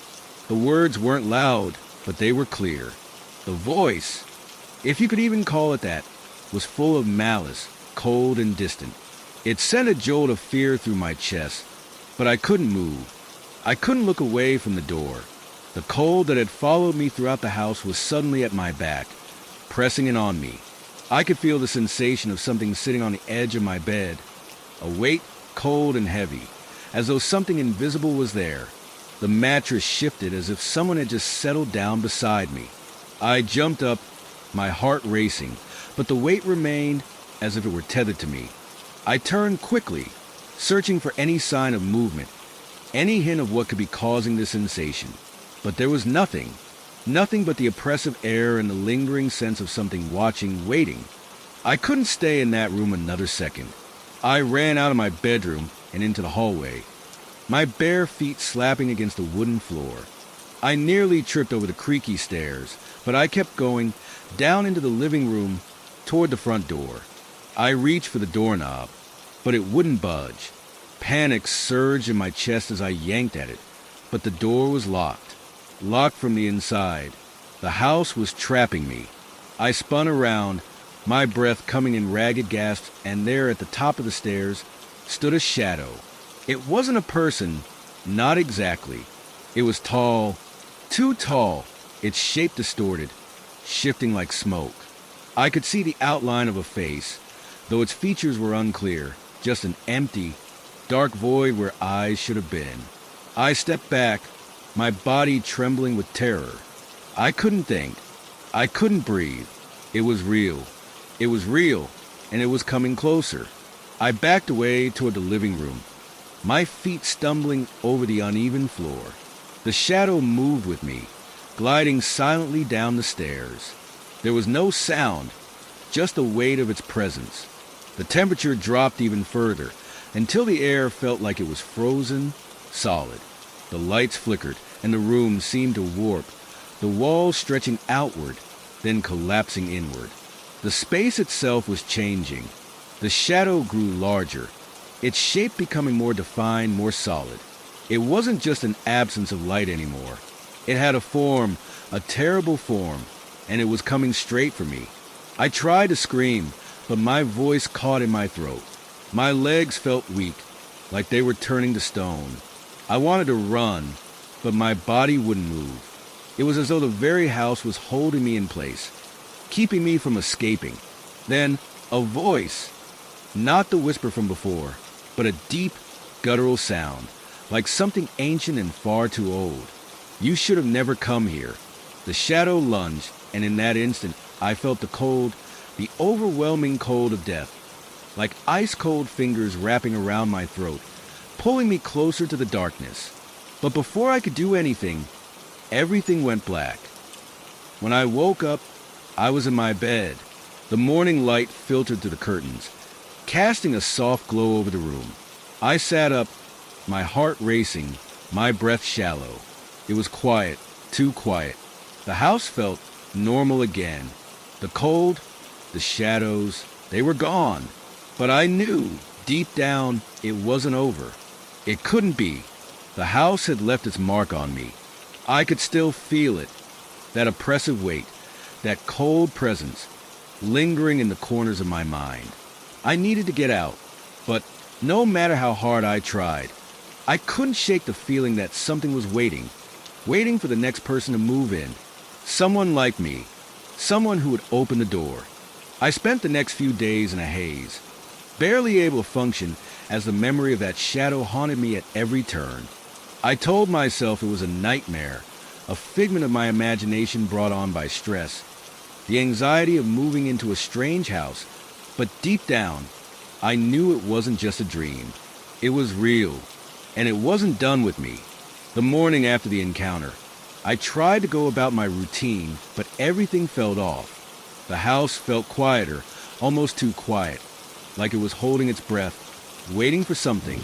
The light outside seemed dimmer, the air colder. Even when the sun was high in the sky, the shadows in the house lingered longer than they should have. I couldn't shake the sensation of being watched. Every time I turned a corner, every time I moved through a room, I felt eyes on me. I wasn't alone in this house. That much was certain. I had to know more about the house, about Samuel Blake, the man who had once lived here. The journal I had found in the attic had given me just enough to fuel my curiosity, but it also terrified me. The idea of what I had read, the rituals, the curses, the mention of opening doors to things beyond this world. It was too much, but I couldn't stop. Something inside me needed to know what had happened here, what had been unleashed. I started by talking to the neighbors again, trying to piece together whatever information I could. It was a quiet afternoon when I visited the woman from the corner house again. Her eyes flickered with something unreadable when she saw me approaching, but this time there was a softer edge to her demeanor. "You've been inside, haven't you?" she asked without preamble. It wasn't a question, it was a statement, one that made me shiver. I nodded slowly. "I found some things in the attic. I don't understand what's going on here." She studied me for a long moment, her lips pressed into a thin line. Finally, she spoke. Samuel Blake was obsessed with things that most people couldn't even begin to understand. He was a man who dabbled in rituals, the occult, things that shouldn't be tampered with. People said he could call on things, forces, that shouldn't be called. But he was a man driven by something darker, a need for power, for control. He thought he could open doors. And when those doors opened, something came through. Her words sent a shiver down my spine. What came through? She hesitated, glancing around as if to make sure no one was listening. "I don't know, but people who lived in that house before you, they heard things, saw things, things that shouldn't have been there. Some of them left, some of them disappeared. And those who stayed, well, they never stayed the same." I felt a chill crawl up my spine, but I pressed on. "What happened to him? Samuel Blake? Did he?" "He vanished," she interrupted. "One night, he was just gone. No one ever found him. But the house, it didn't forget. The curse, the thing you let in, it's still here. It's always been here." The weight of her words hit me like a wave. I felt lightheaded, my breath shallow. The thing that had attacked me, the shadow I had seen in my room, it was real. It wasn't just some figment of my imagination. It was connected to the house, to Blake's obsession with the occult. "You should leave," the woman said softly, almost as if she were warning me, "before it's too late. You've already opened the door." I wanted to laugh it off, to tell her she was just an old woman with wild stories, but deep down, I knew she was right. Whatever Blake had done, whatever he had invited into the house, had followed me in. I could feel it in my bones. Something was waiting. Something was coming. That night, I couldn't bring myself to stay in bed. I kept the lights on, kept the door locked, but the house was alive with sounds. The creaking of the floorboards, the dragging of something heavy across the floors, the whispers that seemed to float just out of reach. Everything was heightened, like the house itself was breathing, watching, waiting. Around midnight, the cold returned. It swept through the room in waves, sinking into my skin, filling me with an icy dread. The air felt thick, almost suffocating, and my eyes darted around, searching the shadows for movement. And then I heard it, a soft, rhythmic tapping, like someone knocking gently at the door. At first, I thought it was just the house settling, but the knocking grew louder, more insistent. It was coming from the back of the house, from the direction of the kitchen. I grabbed the flashlight from my nightstand and crept toward the door. My pulse raced in my ears as I slowly opened it. Stepping out into the hallway, the air felt colder here, the shadows longer. As I reached the top of the stairs, I heard it again, the tap, tap, tap, coming from the kitchen below. I froze. I had never heard that sound before. It was too deliberate, too purposeful. I crept down the stairs, my flashlight shaking in my hand. When I reached the bottom, the door to the kitchen stood ajar just slightly, as if someone or something had been watching me, waiting for me to come closer. The knocking stopped. Silence. I stepped forward, my breath shallow, each footfall echoing in the quiet house. The cold hit me harder now, like a wall of ice that froze me in place. And then I heard it, a voice, low and distorted, as if coming from far away but right beside me at the same time. "Leave now, while you still can." The voice sounded like Samuel Blake, or what was left of him. His obsession had twisted something inside the house, something that had been left behind when he vanished. The temperature dropped even further, and the shadows in the kitchen seemed to stretch, bending and flickering like they were alive. The walls themselves seemed to groan under the weight of the curse, the house filled with a dark energy that made my skin crawl. I backed away slowly, feeling the oppressive weight of something lurking just out of sight.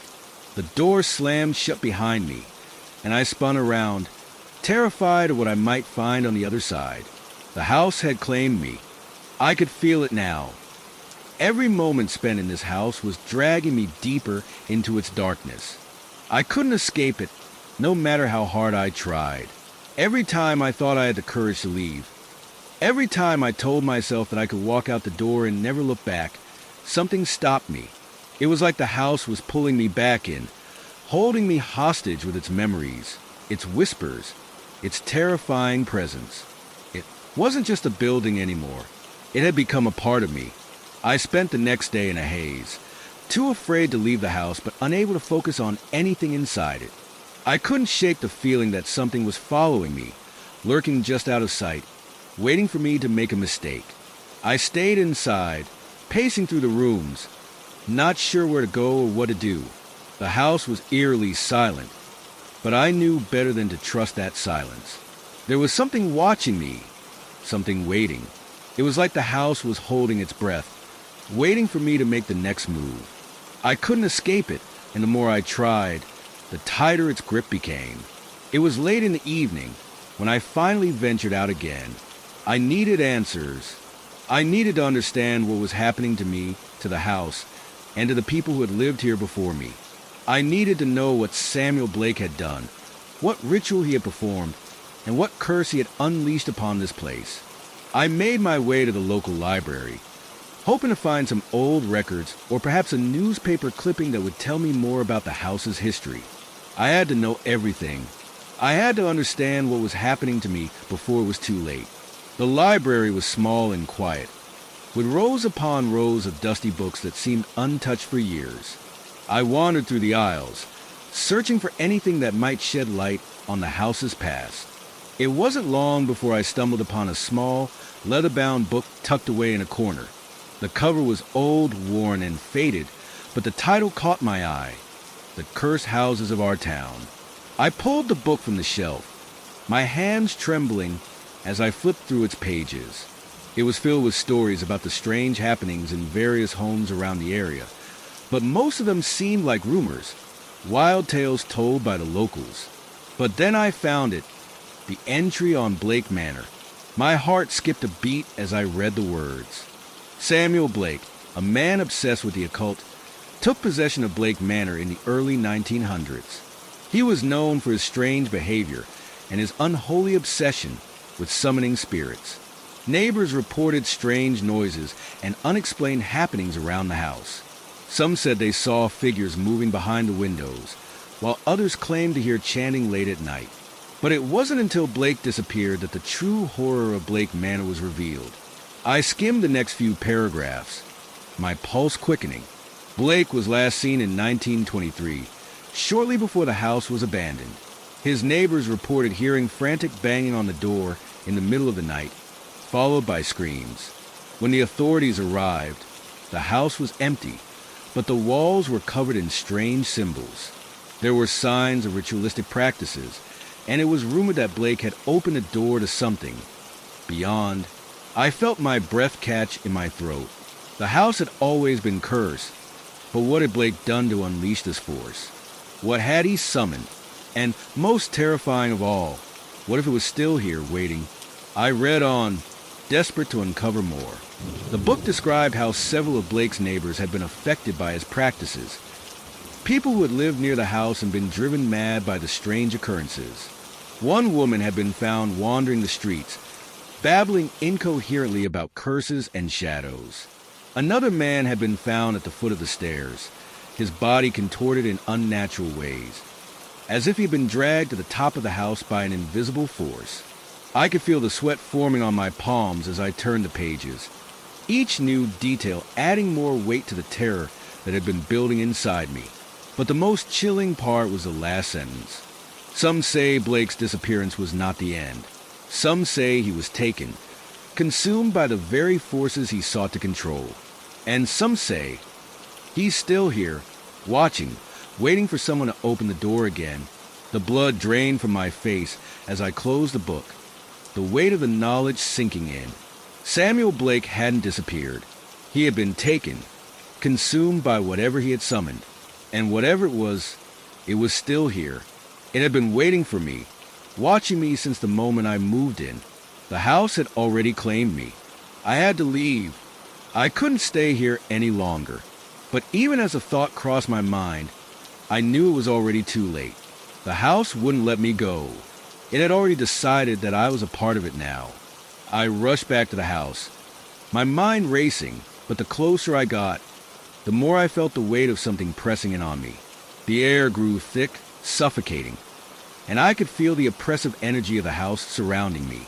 As I stepped inside, the familiar creak of the floorboards greeted me, but this time, the sound was different. It was louder, more menacing. I froze in the doorway, the hair on the back of my neck standing on end. And then I heard it, a voice low, distorted, but unmistakably familiar, whispered my name from the darkness. Leave now, or you'll never leave at all. It wasn't my imagination. It wasn't the wind or the house settling. It was something real, something alive, something that had been waiting for me. The words hung in the air, chilling me to the core. They weren't just whispers. There was an unmistakable command in them, something that made my blood run cold. Leave now, or you'll never leave at all. The voice was like a distant echo, coming from every corner of the room at once, vibrating through the walls, the floor, the air itself. I stood frozen in the doorway, my heart pounding in my chest. The house felt different now, heavier somehow, as if it had grown more alive.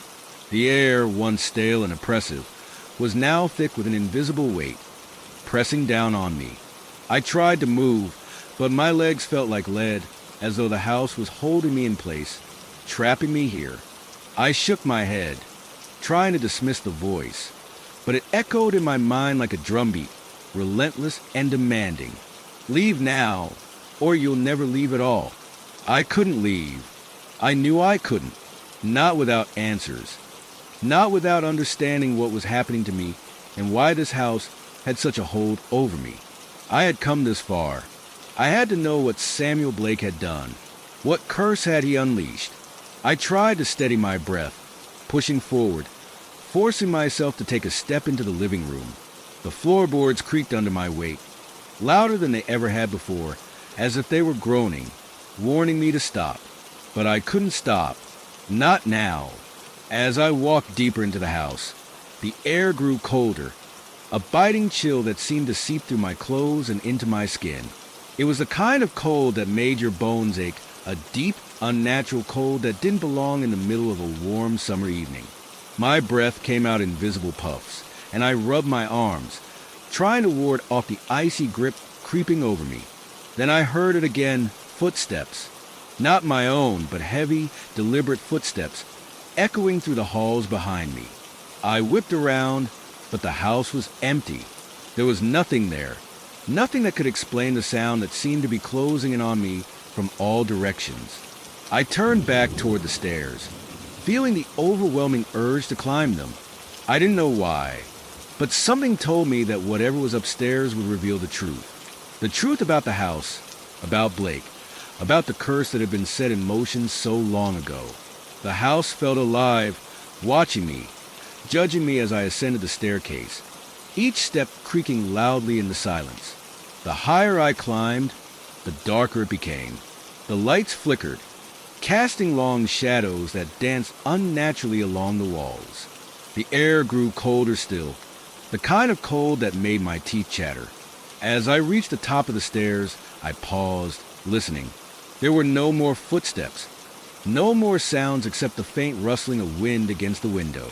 But I could feel it, the presence. It was there, waiting for me. I stepped cautiously down the hall, my eyes scanning the darkness ahead. The house seemed to stretch on endlessly, rooms and hallways twisting in impossible directions. I had no idea where I was going, only that I needed to keep moving forward. The tension in the air was unbearable. Every step I took feeling like a mistake. Every breath I took feeling too loud in the silence. And then I found it, at the end of the hallway. Behind a door I had never noticed before was a room I had never seen. It was small, dimly lit, and smelled faintly of mildew. But what caught my attention wasn't the room itself. It was the journal resting on the table in the center of the room. It looked old, ancient even. The leather cover was cracked and worn, its pages yellowed with age. I could feel my heart racing as I approached, my fingers trembling as I reached for it. The moment I touched it, the room seemed to shift, as if the very air had thickened. It was a subtle change, almost imperceptible, but it was enough to send a shiver down my spine. I opened the journal carefully, my hands shaking as I flipped through the brittle pages. The handwriting was scrawled in a hurried, almost frantic manner. And then I found it, the entry that would change everything. July 12th, 1922. The ritual has begun. I have opened the door. I have invited them in. My stomach turned as I read the words, my mind racing to understand. I couldn't pull my eyes away from the journal, the words seeming to pull me in, making my pulse quicken. The spirits are restless. They hunger. I can feel them in the walls, in the air. They are watching, waiting. I must continue. I must finish what I've started. The power is too great to ignore. I read further, my breath catching in my throat. The curse has taken hold. It's no longer just a house. It's me. It's in my blood, in my mind. I have heard them, their voices calling me. They want me.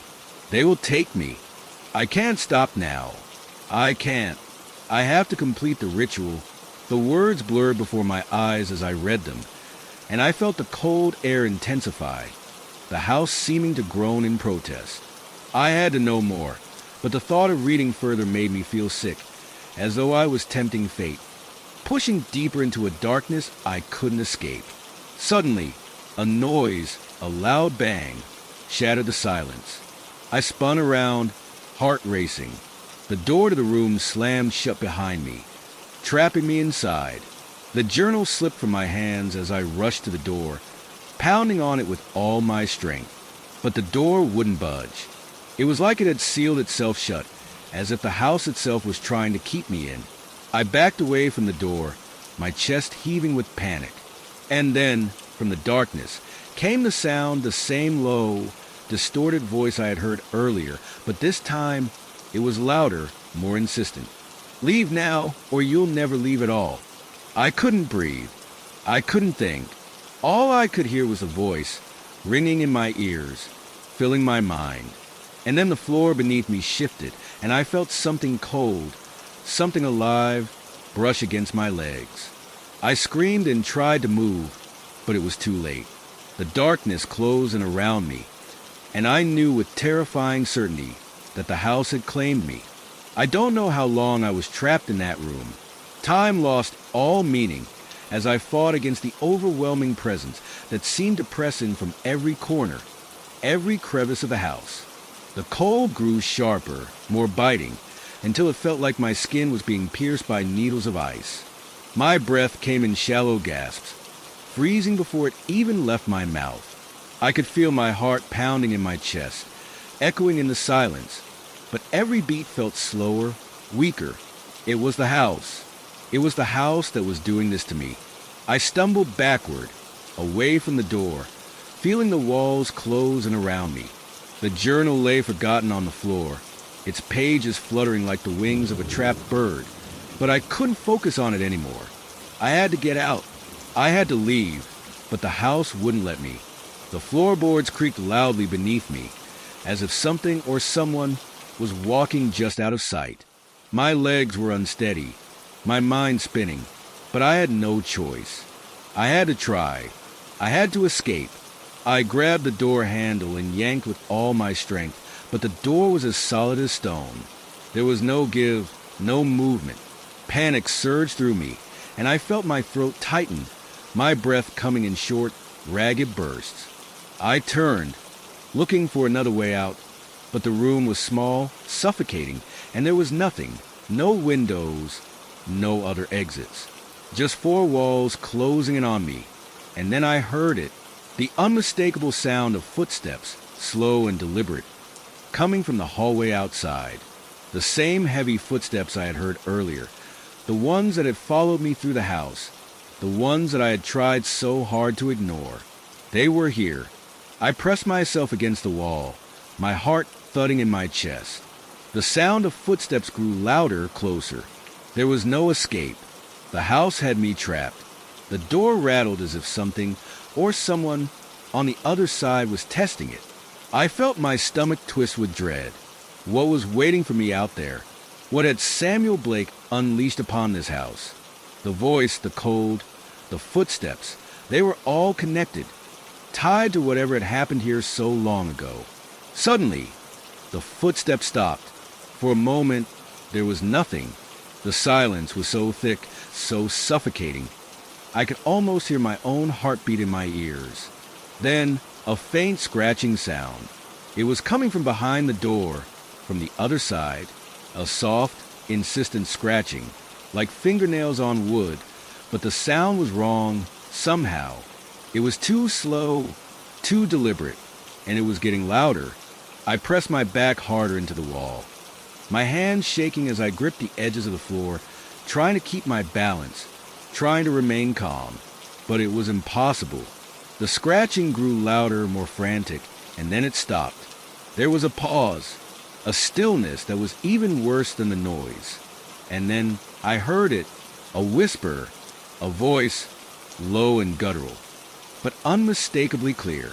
"Come out. It's waiting for you." I felt my stomach churn, my body frozen in place. I couldn't move. I couldn't think. The voice wasn't human. It was ancient, full of malice and hunger, and it was calling to me. For a split second, I thought I saw something in the darkness outside the room, a shadow flickering at the edge of my vision. I turned, my eyes wide with terror, but it was gone. The silence returned, thick and oppressive, and the air felt as though it had turned to lead. I had to leave. I couldn't stay here any longer. I wasn't just trapped in this room. I was trapped in the house, trapped in whatever nightmare it had become. I turned back to the door, my mind racing.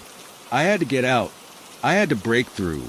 I pounded on the door with all my strength, screaming for help, though I knew there was no one to hear.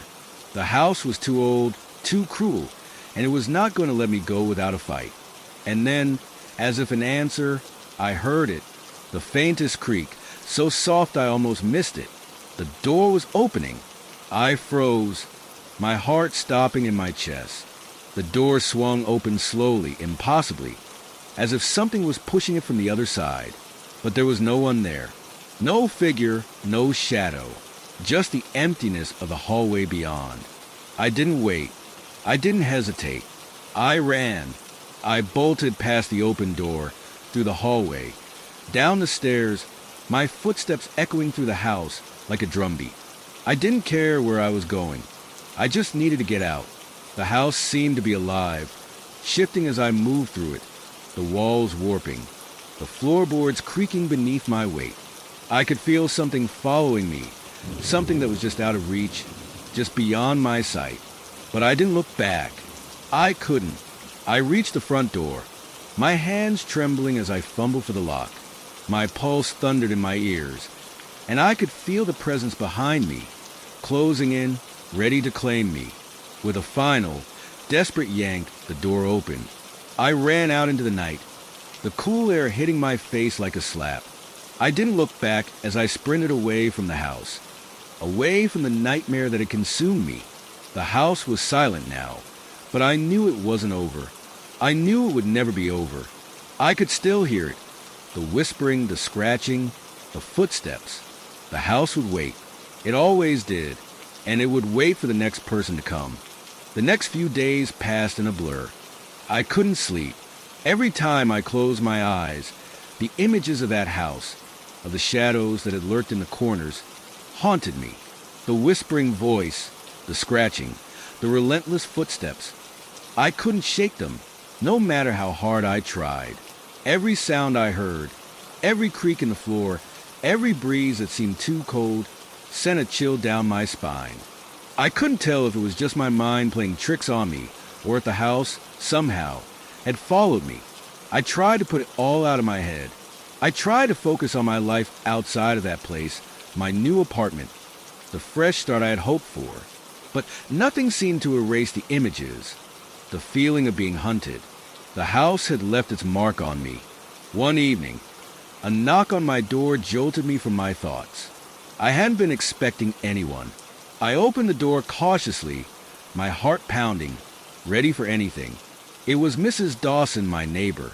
She stood there, her expression unreadable, her eyes shadowed with something I couldn't quite place. "You left in a hurry," she said, her voice quiet but steady. "I wasn't sure if you were coming back. I saw you the other night." I glanced behind her at the street, my nerves on edge. There was no one else around, no one watching. Still, I felt that same unease creeping up my spine. I couldn't stay," I stammered. It was too much. The house. "There's something wrong with it." Mrs. Dawson's gaze softened, almost pitying. She stepped inside without waiting for an invitation, her worn shoes tapping softly on the hardwood floor. She didn't seem to mind the cold draft that swirled in from the open door. "I know," she said, her voice low. "I know, but it's not the house that's the problem. It's the land. The place has always been different. People have been talking about it for years." I blinked, confused. "What do you mean?" Mrs. Dawson sat down at the small kitchen table, her hands folding in front of her. She looked at me, her expression serious. "The house you were in, it wasn't just any house. It was built on land that was cursed. I'm sure you felt it, didn't you? The cold, the whispers." I felt a knot tighten in my stomach. I couldn't breathe, couldn't think. It was real. It wasn't just my imagination. The house had been cursed, and whatever had been haunting it, whatever had drawn me there, wasn't going to stop. The man who built that house, Samuel Blake, he was obsessed with the occult, Mrs. Dawson continued, her voice taking on a darker edge. He didn't just live there. He used the land for his rituals. Dark things, things that shouldn't be messed with. And after he died, well, the house has been sitting there waiting. The people who've moved in since haven't fared much better. I shook my head, the weight of her words sinking in. I thought it was just a creepy old house. But the footsteps, the cold spots. I thought I was losing my mind. "You weren't," Mrs. Dawson said, her eyes hard. "Others have heard it too. The footsteps, the whispers. They say Blake opened something, some kind of doorway. And now, whatever was on the other side is waiting." A shiver ran through me, like ice crawling down my spine. What happened to the people who lived there? Mrs. Dawson's face tightened. Most of them left in fear. Some, well, they disappeared. Nobody knows what happened to them. But one thing's for sure, the house doesn't let go easily. And it never forgets. I felt like the walls of my apartment were closing in on me. I couldn't escape the feeling that something was still watching me, waiting just beyond the veil of reality. I didn't know what was worse, that the house had always been cursed, or that I had been foolish enough to think I could leave it behind. Why didn't you tell me this before? I asked, my voice shaking with frustration and fear. Why didn't anyone warn me? Mrs. Dawson looked away, her fingers fidgeting with the hem of her sweater. People try to forget. It's easier that way. People leave, the house gets abandoned, and the cycle starts again. But you're different. You're still connected to it. And that's why I'm telling you now. You need to leave the area. Leave this town. Get out while you still can. I felt a wave of panic rush over me. I wasn't ready to go. I didn't want to run again, to feel like a coward. But something inside me screamed that it wasn't over. The house was still there, calling to me, like a predator waiting for the right moment to strike. What can I do? I asked, my voice barely a whisper. Is there a way to make it stop? To break the curse? Mrs. Dawson's eyes met mine, and for a brief moment, I thought I saw a flicker of something.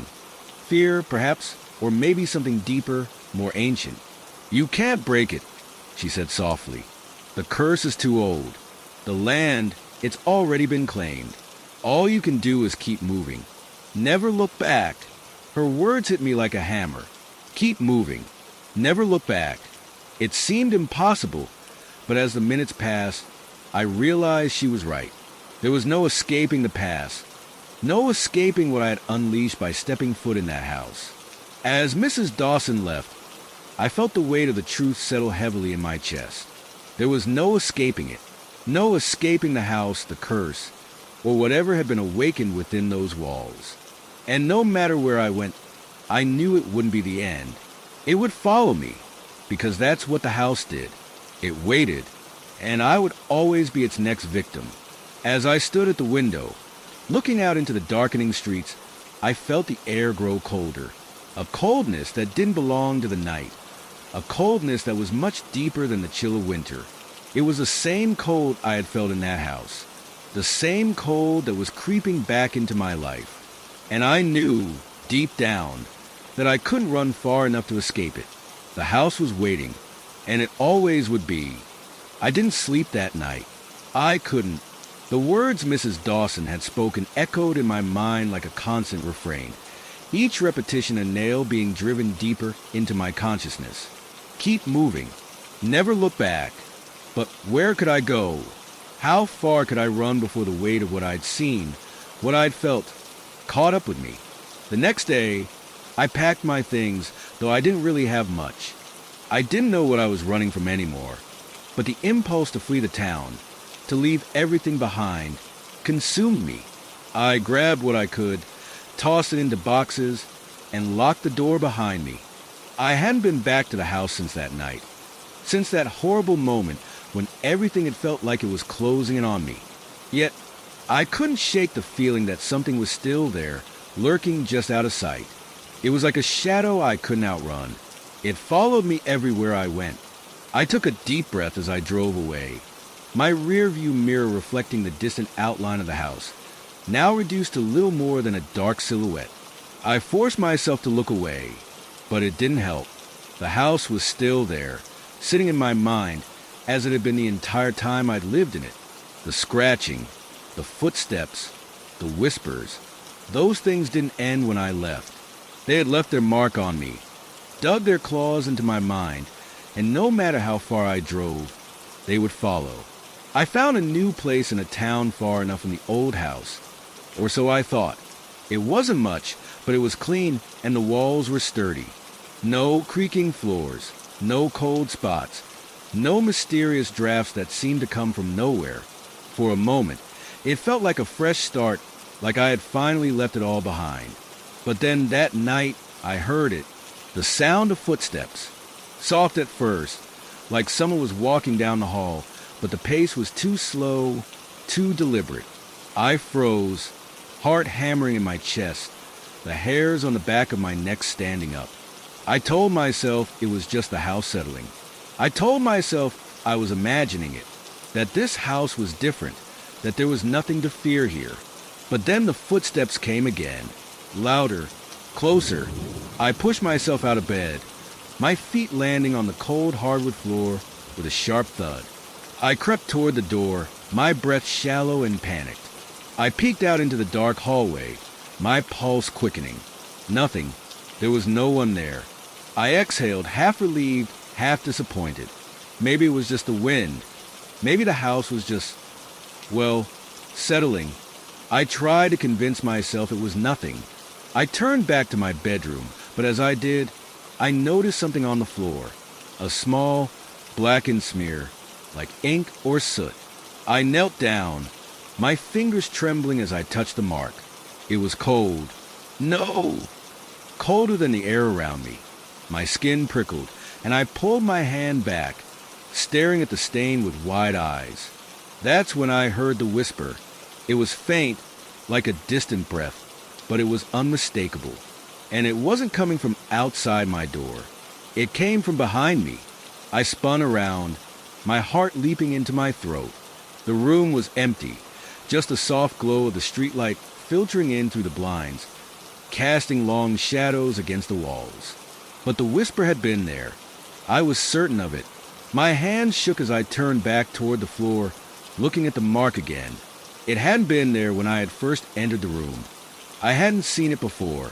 It was as if something or someone had left it for me to find. And then there was a feeling, a weight pressing down on me, suffocating. Like something was in the room with me, something heavy and dark. I couldn't breathe, couldn't think. I needed to get out. I needed to run. But the footsteps started again, closer this time, louder, more insistent. And as I turned toward the door, I heard something else. A voice, soft but clear, whispering directly into my ear. "You'll never escape." I stumbled back, crashing into the dresser, my body freezing in terror. My head spun as the words echoed in my mind. The footsteps were right behind me now, too close for comfort. With a surge of panic, I bolted toward the door, yanking it open and stumbling into the hallway. I didn't care if I made noise, if I woke up the entire building. I had to get out, but as I reached the stairs, I froze. There, at the bottom of the stairwell, stood a figure, dark and indistinct, a shadow cast by the faint light from the hallway. It was tall, impossibly tall, and it stood perfectly still, staring up at me. I couldn't make out its face, couldn't tell if it was human or something else. But I knew it wasn't real. It couldn't be. This was just my mind playing tricks, right? But then it moved. It stepped toward me, slowly, deliberately, with a quiet, unnatural grace. I backed up, my feet stumbling over each other as my heart hammered in my chest. I couldn't breathe, couldn't think, only react. I had to get away. I had to escape. But the figure moved closer, each step resonating in my skull like a drumbeat. And then, just as quickly as it had appeared, it was gone. The air went still. The house, which had felt alive moments before, was silent again. I stood there, gasping for breath, my legs trembling beneath me. The world seemed to spin, to tilt, as if I were standing on the edge of something dark and endless. I could still feel the presence of the figure, the lingering sensation of its cold gaze. I didn't know how much longer I could stay, how much longer I could pretend that I wasn't being hunted. The truth was clear now. Whatever haunted that old house had followed me here, and it wasn't going to stop until it had me. There was no escaping it. Not now. Not ever. The next morning, I did what I had to do. I packed everything once again, leaving behind the mess of boxes and unopened bags, the half-lived-in space that had promised safety and comfort. I didn't even bother to finish the coffee I'd made earlier. I just grabbed my keys, stuffed my phone into my pocket, and left. No destination in mind, no particular place to go. I didn't care. I just needed to get out. The streets were quieter than usual, the morning fog clinging to the ground like some kind of warning. The town, or whatever it was now, seemed lifeless, as though it, too, was holding its breath, waiting for something to happen. I drove aimlessly, the engine purring beneath me, but the road ahead seemed endless, like it was going to stretch on forever, leading me nowhere but deeper into whatever nightmare I had found myself trapped in. I drove for hours, unsure of where I was going or why I was still going. Every now and then, I would glance into the rearview mirror, half expecting to see something, someone watching me from the shadows of the back seat. But it was always empty. I kept telling myself it was just my mind playing tricks. There was nothing in the car with me, but I couldn't escape the feeling of eyes on me. Every turn, every stoplight, every corner I made seemed to pull me further into something I couldn't define, something bigger than the house, bigger than anything I had imagined. It wasn't until I reached the outskirts of town that I realized I hadn't really gone anywhere at all. My hands were still shaking, my mind still trapped in the fog of confusion and fear. It was as though the road had looped back around, returning me to the very place I had tried to escape.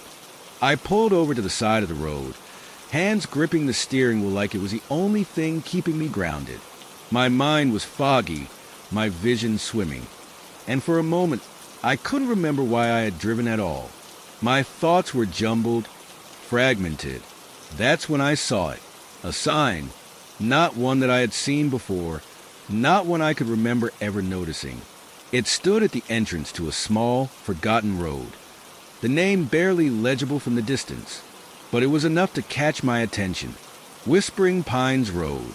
The name alone sent a shiver down my spine. It felt wrong. It felt like a place I should never have found. But something inside me, something I couldn't explain, made me turn the wheel toward it. The road wound through thick trees, the branches low enough to brush against the sides of my car. The air felt colder here, almost as if the forest itself was exhaling a breath that chilled the bones. I kept my hands tight on the wheel, eyes darting to the rearview mirror every few seconds, as if expecting something or someone to appear behind me. The trees grew denser, their shadows deepening, until the road ahead narrowed into a thin, winding path that barely fit the car. I felt a strange sense of dread coil tighter around me as I pressed forward, the world outside falling into an unnatural silence. Even the birds had stopped singing, the wind had gone still, and the trees themselves seemed to be holding their breath. And then, just when I thought I might turn around, I saw it. The house. It stood at the very end of the road, hidden from view by the dense trees that lined the path. It was tall, dark, and twisted, its windows hollow eyes that seemed to stare out at the world like sentinels guarding a long-forgotten secret. It looked just like the house, the one I had left behind, the one that had haunted me for so long. I didn't have to step out of the car to know that this was it. The same darkness, the same presence, hung in the air like a suffocating blanket. And then I heard it, a sound, faint at first, almost imperceptible, but it grew louder. The same footsteps, the same steady rhythm that had followed me from the old house, the same haunting echo that had echoed through my mind every night. The footsteps were coming from inside the house. I didn't know what to do. I didn't know if I should run, or if I should stay and face whatever was calling me. All I knew was that someone wanted me to come closer. Without thinking, I opened the door and stepped out of the car. My feet hit the ground, and the cold immediately seeped into my bones. I should have turned back. I should have gotten in the car and driven away. But I didn't. I couldn't. The footsteps continued, louder now. A steady, deliberate approach.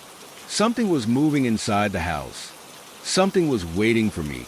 My heart pounded in my chest as I stepped toward the front door, my body moving without my consent. The door creaked open as if it had been expecting me, its hinges groaning like a warning. I took a step inside. The air was thick, suffocating, the kind of weighty stillness that presses down on you, makes it hard to breathe. The smell was the same, damp, musty, and foul, like something had been rotting in the walls for years. And then I saw it, the shadow. It was standing at the top of the stairs, watching me. It was tall, thin, and cloaked in darkness, its form barely visible, but its presence undeniable.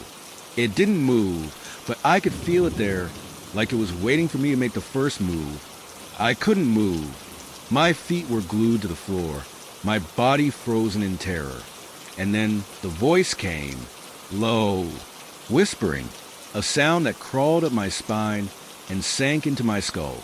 You shouldn't have come back. The voice was familiar, so familiar. I stared into the darkness, my body shaking with fear. The footsteps were closer now. I realized with a sinking feeling that the house hadn't let me go. It was never going to let me go. The whisper echoed through the cold, stagnant air, rattling my thoughts. You shouldn't have come back. The voice was sharp, unsettling, like nails dragging across the surface of my mind. I could almost hear the grin beneath it, the satisfaction of something malevolent that knew it had me trapped. My legs felt like lead.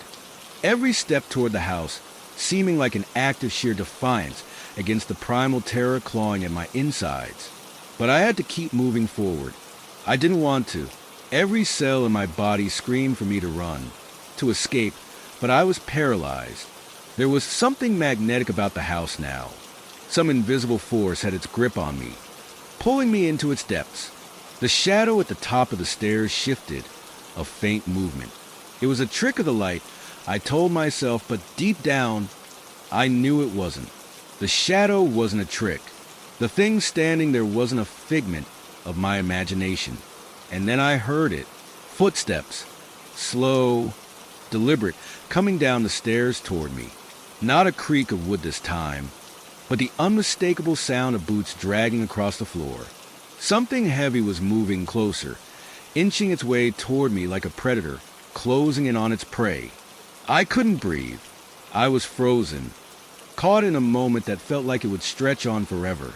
And then, like a switch being flipped, the darkness enveloped me. A cold gust of air slammed into me, its icy fingers brushing my skin, and the temperature dropped so suddenly that I could see my breath puffing out in the dim light. The chill seemed to crawl into my bones, seeping deeper, and I felt a familiar weight on my chest as if the very house was pressing down on me. I turned around, stumbling backward. The door, the front door, the only escape, but it was gone. The entrance was sealed, as if the house had decided I didn't deserve to leave. The doorframe was now a solid, unyielding wall of wood, and the soft, wet sound of something skittering in the darkness reached my ears. The footsteps were getting closer now, more urgent, and the shadows at the top of the stairs began to writhe, contorting and twisting in ways that made no sense. The figure that had been there was gone, but I knew it hadn't left. I forced myself to move.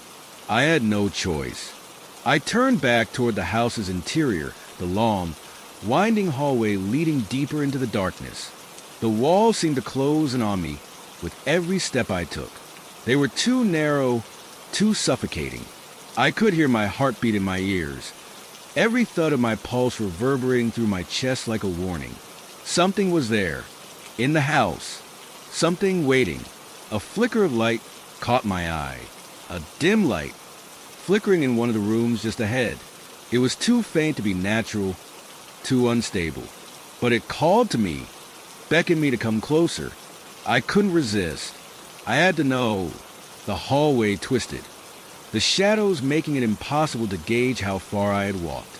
The light seemed to move just out of my reach, and as I stepped into the next room, I froze. The room was full of them.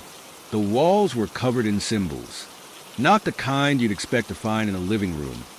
No, these were intricate, twisted designs, etched into the plaster, their sharp angles glowing with a faint, sickly light. Each symbol seemed to pulse with life, shifting slightly as if they were breathing. And there, in the center of the room, was the thing I'd feared most, a circle drawn into the floor, made of the same glowing symbols. The edges of the circle were jagged, sharp, almost as though they were made of bone or something worse. But there was more, a journal, lying on a small table near the center of the circle, its pages worn and torn, the spine cracked. It looked old, ancient even, and the moment I laid eyes on it, I knew I had to open it. I didn't know why, but I did. I walked toward it, my fingers trembling as I reached out for the journal. The pages seemed to resist me at first, as if the book itself didn't want to be opened. But I persisted, forcing the pages back, each one stiffer than the last, the faint scent of dust and decay rising from the pages. The writing was strange. It was in a language I couldn't understand, but the symbols were the same. They matched those on the walls, the ones that seemed to throb with their own dark energy. As I flipped through the pages, I felt a cold presence behind me. The room seemed to darken, the shadows stretching toward me, thick and heavy, pressing in on me from every angle. And then I saw it, a name, Edwin Blackwood. The name was written at the top of one of the last pages, written in a jagged, hurried scrawl. Beneath it, a passage that I could barely read, though the meaning became clear as I continued. It spoke of rituals, of opening doors that should never be opened, of a hunger that could never be satisfied. But the most chilling part was the final sentence. Asterisk, the house has taken its price, and when it calls, you must answer. Asterisk, I slammed the book shut, the words echoing in my mind like a warning I couldn't escape. But it was too late. I felt it then, the thing behind me, the presence. It was close, so close I could feel its breath on my neck, its cold fingers grazing my skin. I didn't even think. I turned, running with everything I had in me, the floorboards creaking beneath my feet, the shadows chasing after me, trying to pull me back. I didn't stop running until I reached the front door, only when I got there, the door was gone, just like before. The walls were closing in, the room tightening around me like a vice. The sound of footsteps was deafening now. They weren't coming from behind me anymore. They were in front of me. The thing was here, and it wasn't going to let me go. Suddenly, I felt something sharp against my skin, a cold, searing pressure on my wrist. Something had grabbed me, pulling me back, dragging me away from the non-existent door. I tried to scream, but no sound came. All I could hear were the footsteps, the heavy, deliberate steps of something coming closer, coming for me. And then I saw it, a figure, a tall, thin silhouette, standing at the edge of the room.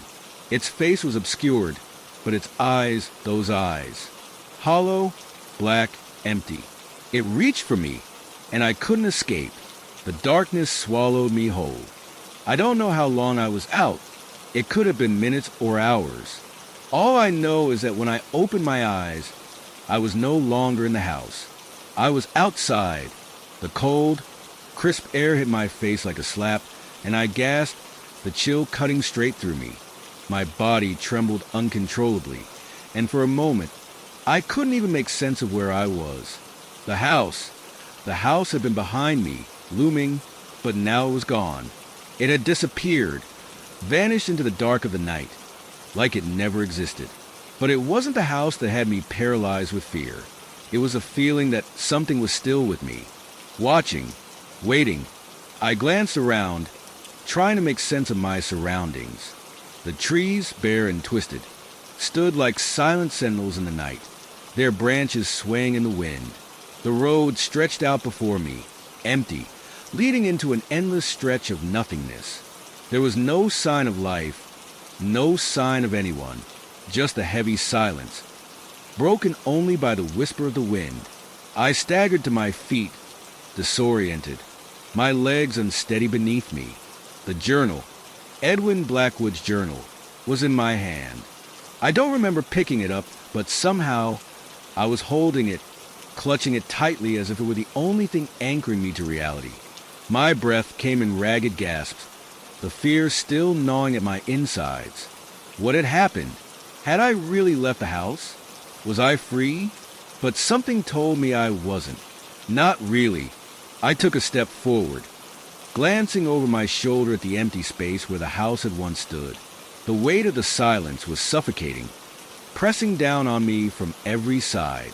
It felt wrong, so wrong, like I was being followed, like the air itself was closing in on me. The road felt endless, and the darkness seemed to stretch out before me, swallowing everything in its path. I had to get away. I had to leave. But where? How far could I go before whatever haunted that house came after me? I forced myself to walk, then to run. I don't know how long I ran, minutes, hours, days. It didn't matter. The darkness felt like it was always just behind me, a shadow I couldn't escape, no matter how fast I moved. Eventually, I found myself at the edge of a small town, the distant glow of streetlights beckoning me forward. The normalcy of it all, the quiet hum of life continuing without a care, was a sharp contrast to the nightmare I had just escaped, or had I? I stumbled into a diner, not caring about the strange looks I received from the few people inside. I didn't care about anything. I just needed to breathe, to feel safe. I ordered a coffee, my hands shaking as I held the cup. The warmth didn't reach my bones, though. Nothing could. The waitress asked if I was okay, but I didn't answer. I couldn't. Instead, I opened the journal again, scanning its pages. I needed to understand. I had to know what had happened, why the house had felt so alive, why it had claimed me. But the pages were different now. The symbols had changed, twisted into new shapes. The words were now written in my own handwriting, as if I had written them, as if the book itself had morphed into something that was mine. And then I read it. Asterisk, it has found you. It has claimed you, and you will never be free. Asterisk, the room seemed to spin. My heart pounded in my chest. I couldn't breathe. I looked up from the journal, my eyes wide with terror. The waitress was still standing there, her face pale, staring at me with wide, glassy eyes. But it wasn't her I was looking at. It was the reflection in the window behind her. I saw it, the shadow, the figure. It was standing in the street, watching me. The eyes, those hollow, black eyes, locked onto mine, and for the briefest moment, I felt its presence, like it had crossed the threshold into this world, the veil between us thinning. I blinked, and it was gone. I dropped the journal, the sound of it hitting the floor echoing in the quiet diner. I ran, out of the diner, through the streets, into the night. I didn't stop. I didn't dare look back. And even now, I can still hear the footsteps, the heavy, deliberate steps, growing closer with each passing day. It's waiting for me to return, or for someone else to take my place. I don't know if I'll ever escape, but I'll never stop running. Story 3. I've never been one to believe in superstitions or ghost stories. I'm just an ordinary person, trying to start over after my recent divorce. It's been a tough year, but I had to move forward. That's why I ended up here, this old creaky house on the edge of town. It's not much, but it's mine. Well, for now. The first day I moved in, I was overwhelmed by the smell of dust and old wood. It wasn't unpleasant, just heavy. The kind of scent that fills your lungs and makes you feel like you've stepped into another time. The house was built decades ago, and it shows. The floors creak under every step. The walls are lined with yellowing wallpaper, and there's an odd draft that seems to come from nowhere. The previous owner left in a hurry, or so I was told. The realtor didn't say much, just that the place had been empty for months. I wasn't concerned. It was cheap, and that's all that mattered. As I started unpacking, I noticed the odd little quirks that made the house feel different.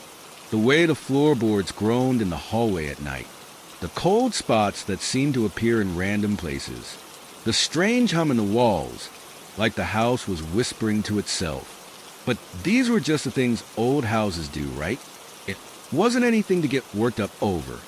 I didn't have much of a chance to meet the neighbors yet, but one afternoon, as I was hauling boxes into the back shed, an older woman from 2 doors down came over to introduce herself.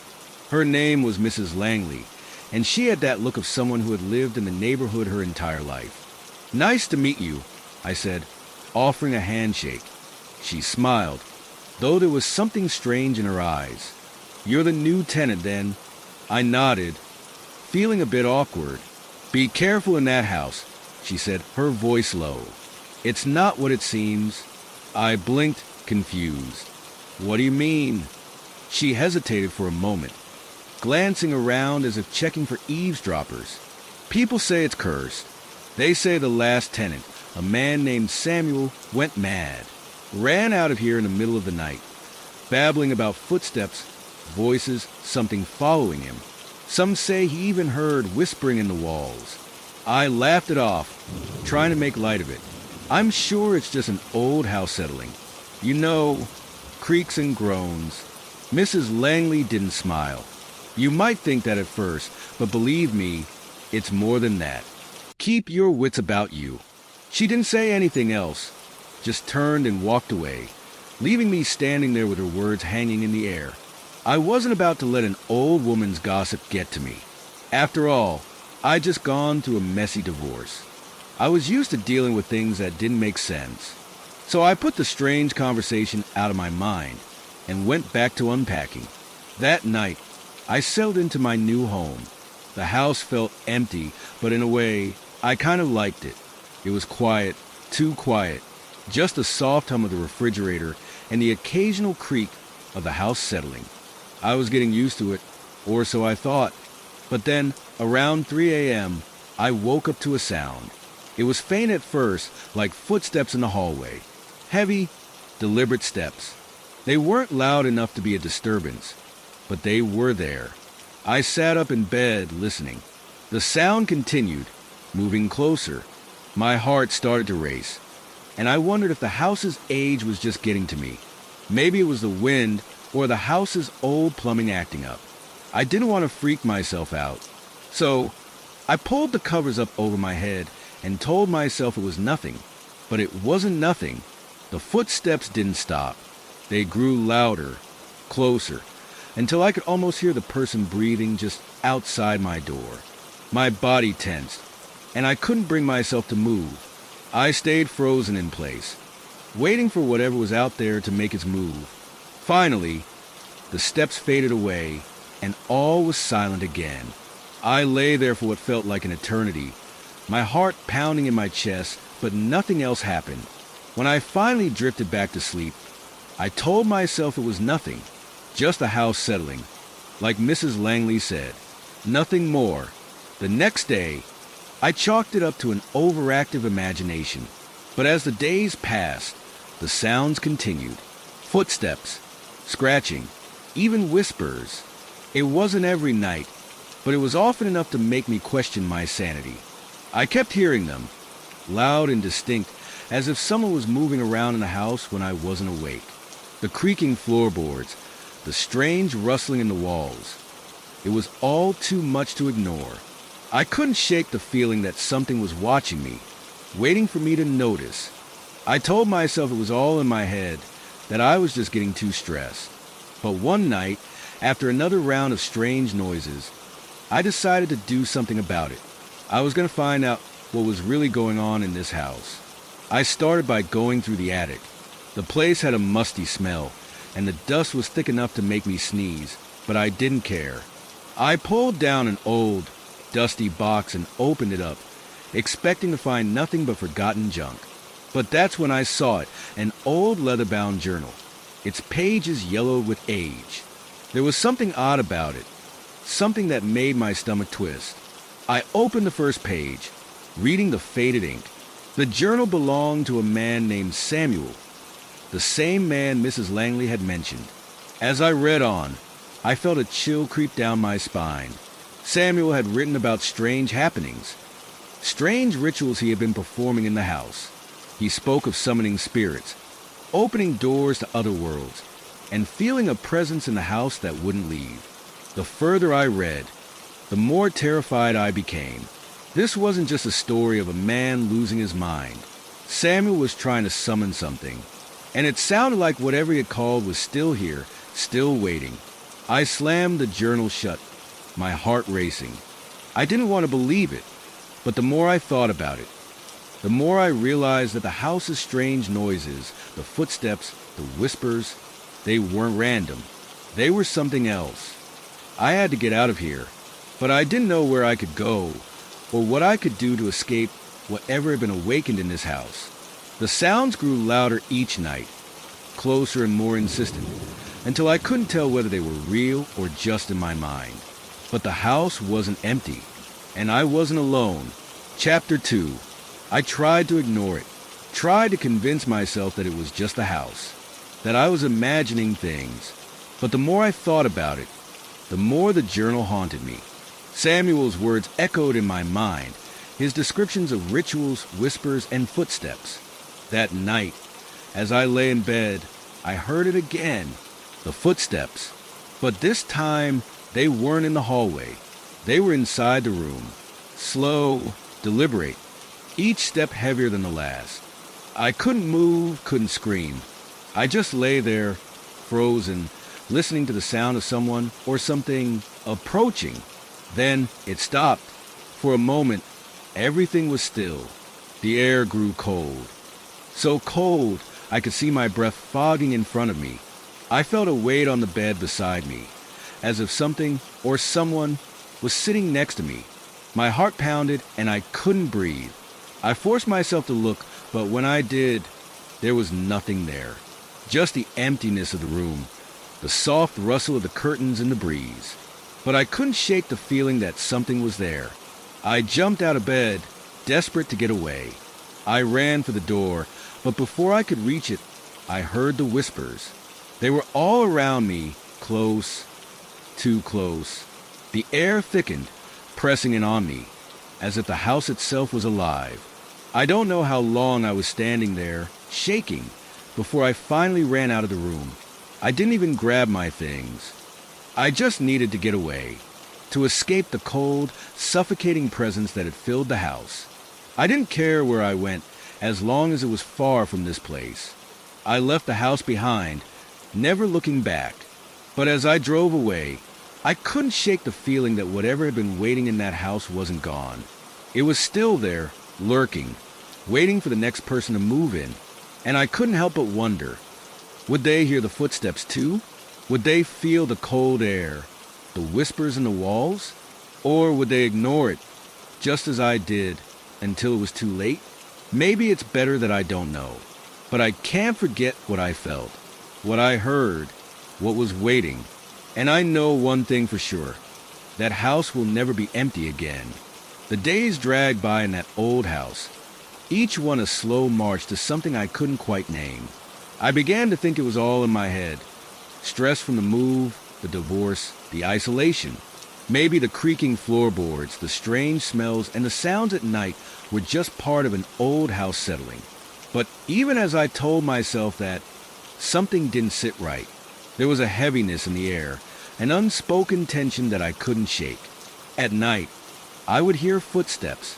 It was always around midnight, heavy, deliberate steps pacing across the floor above me.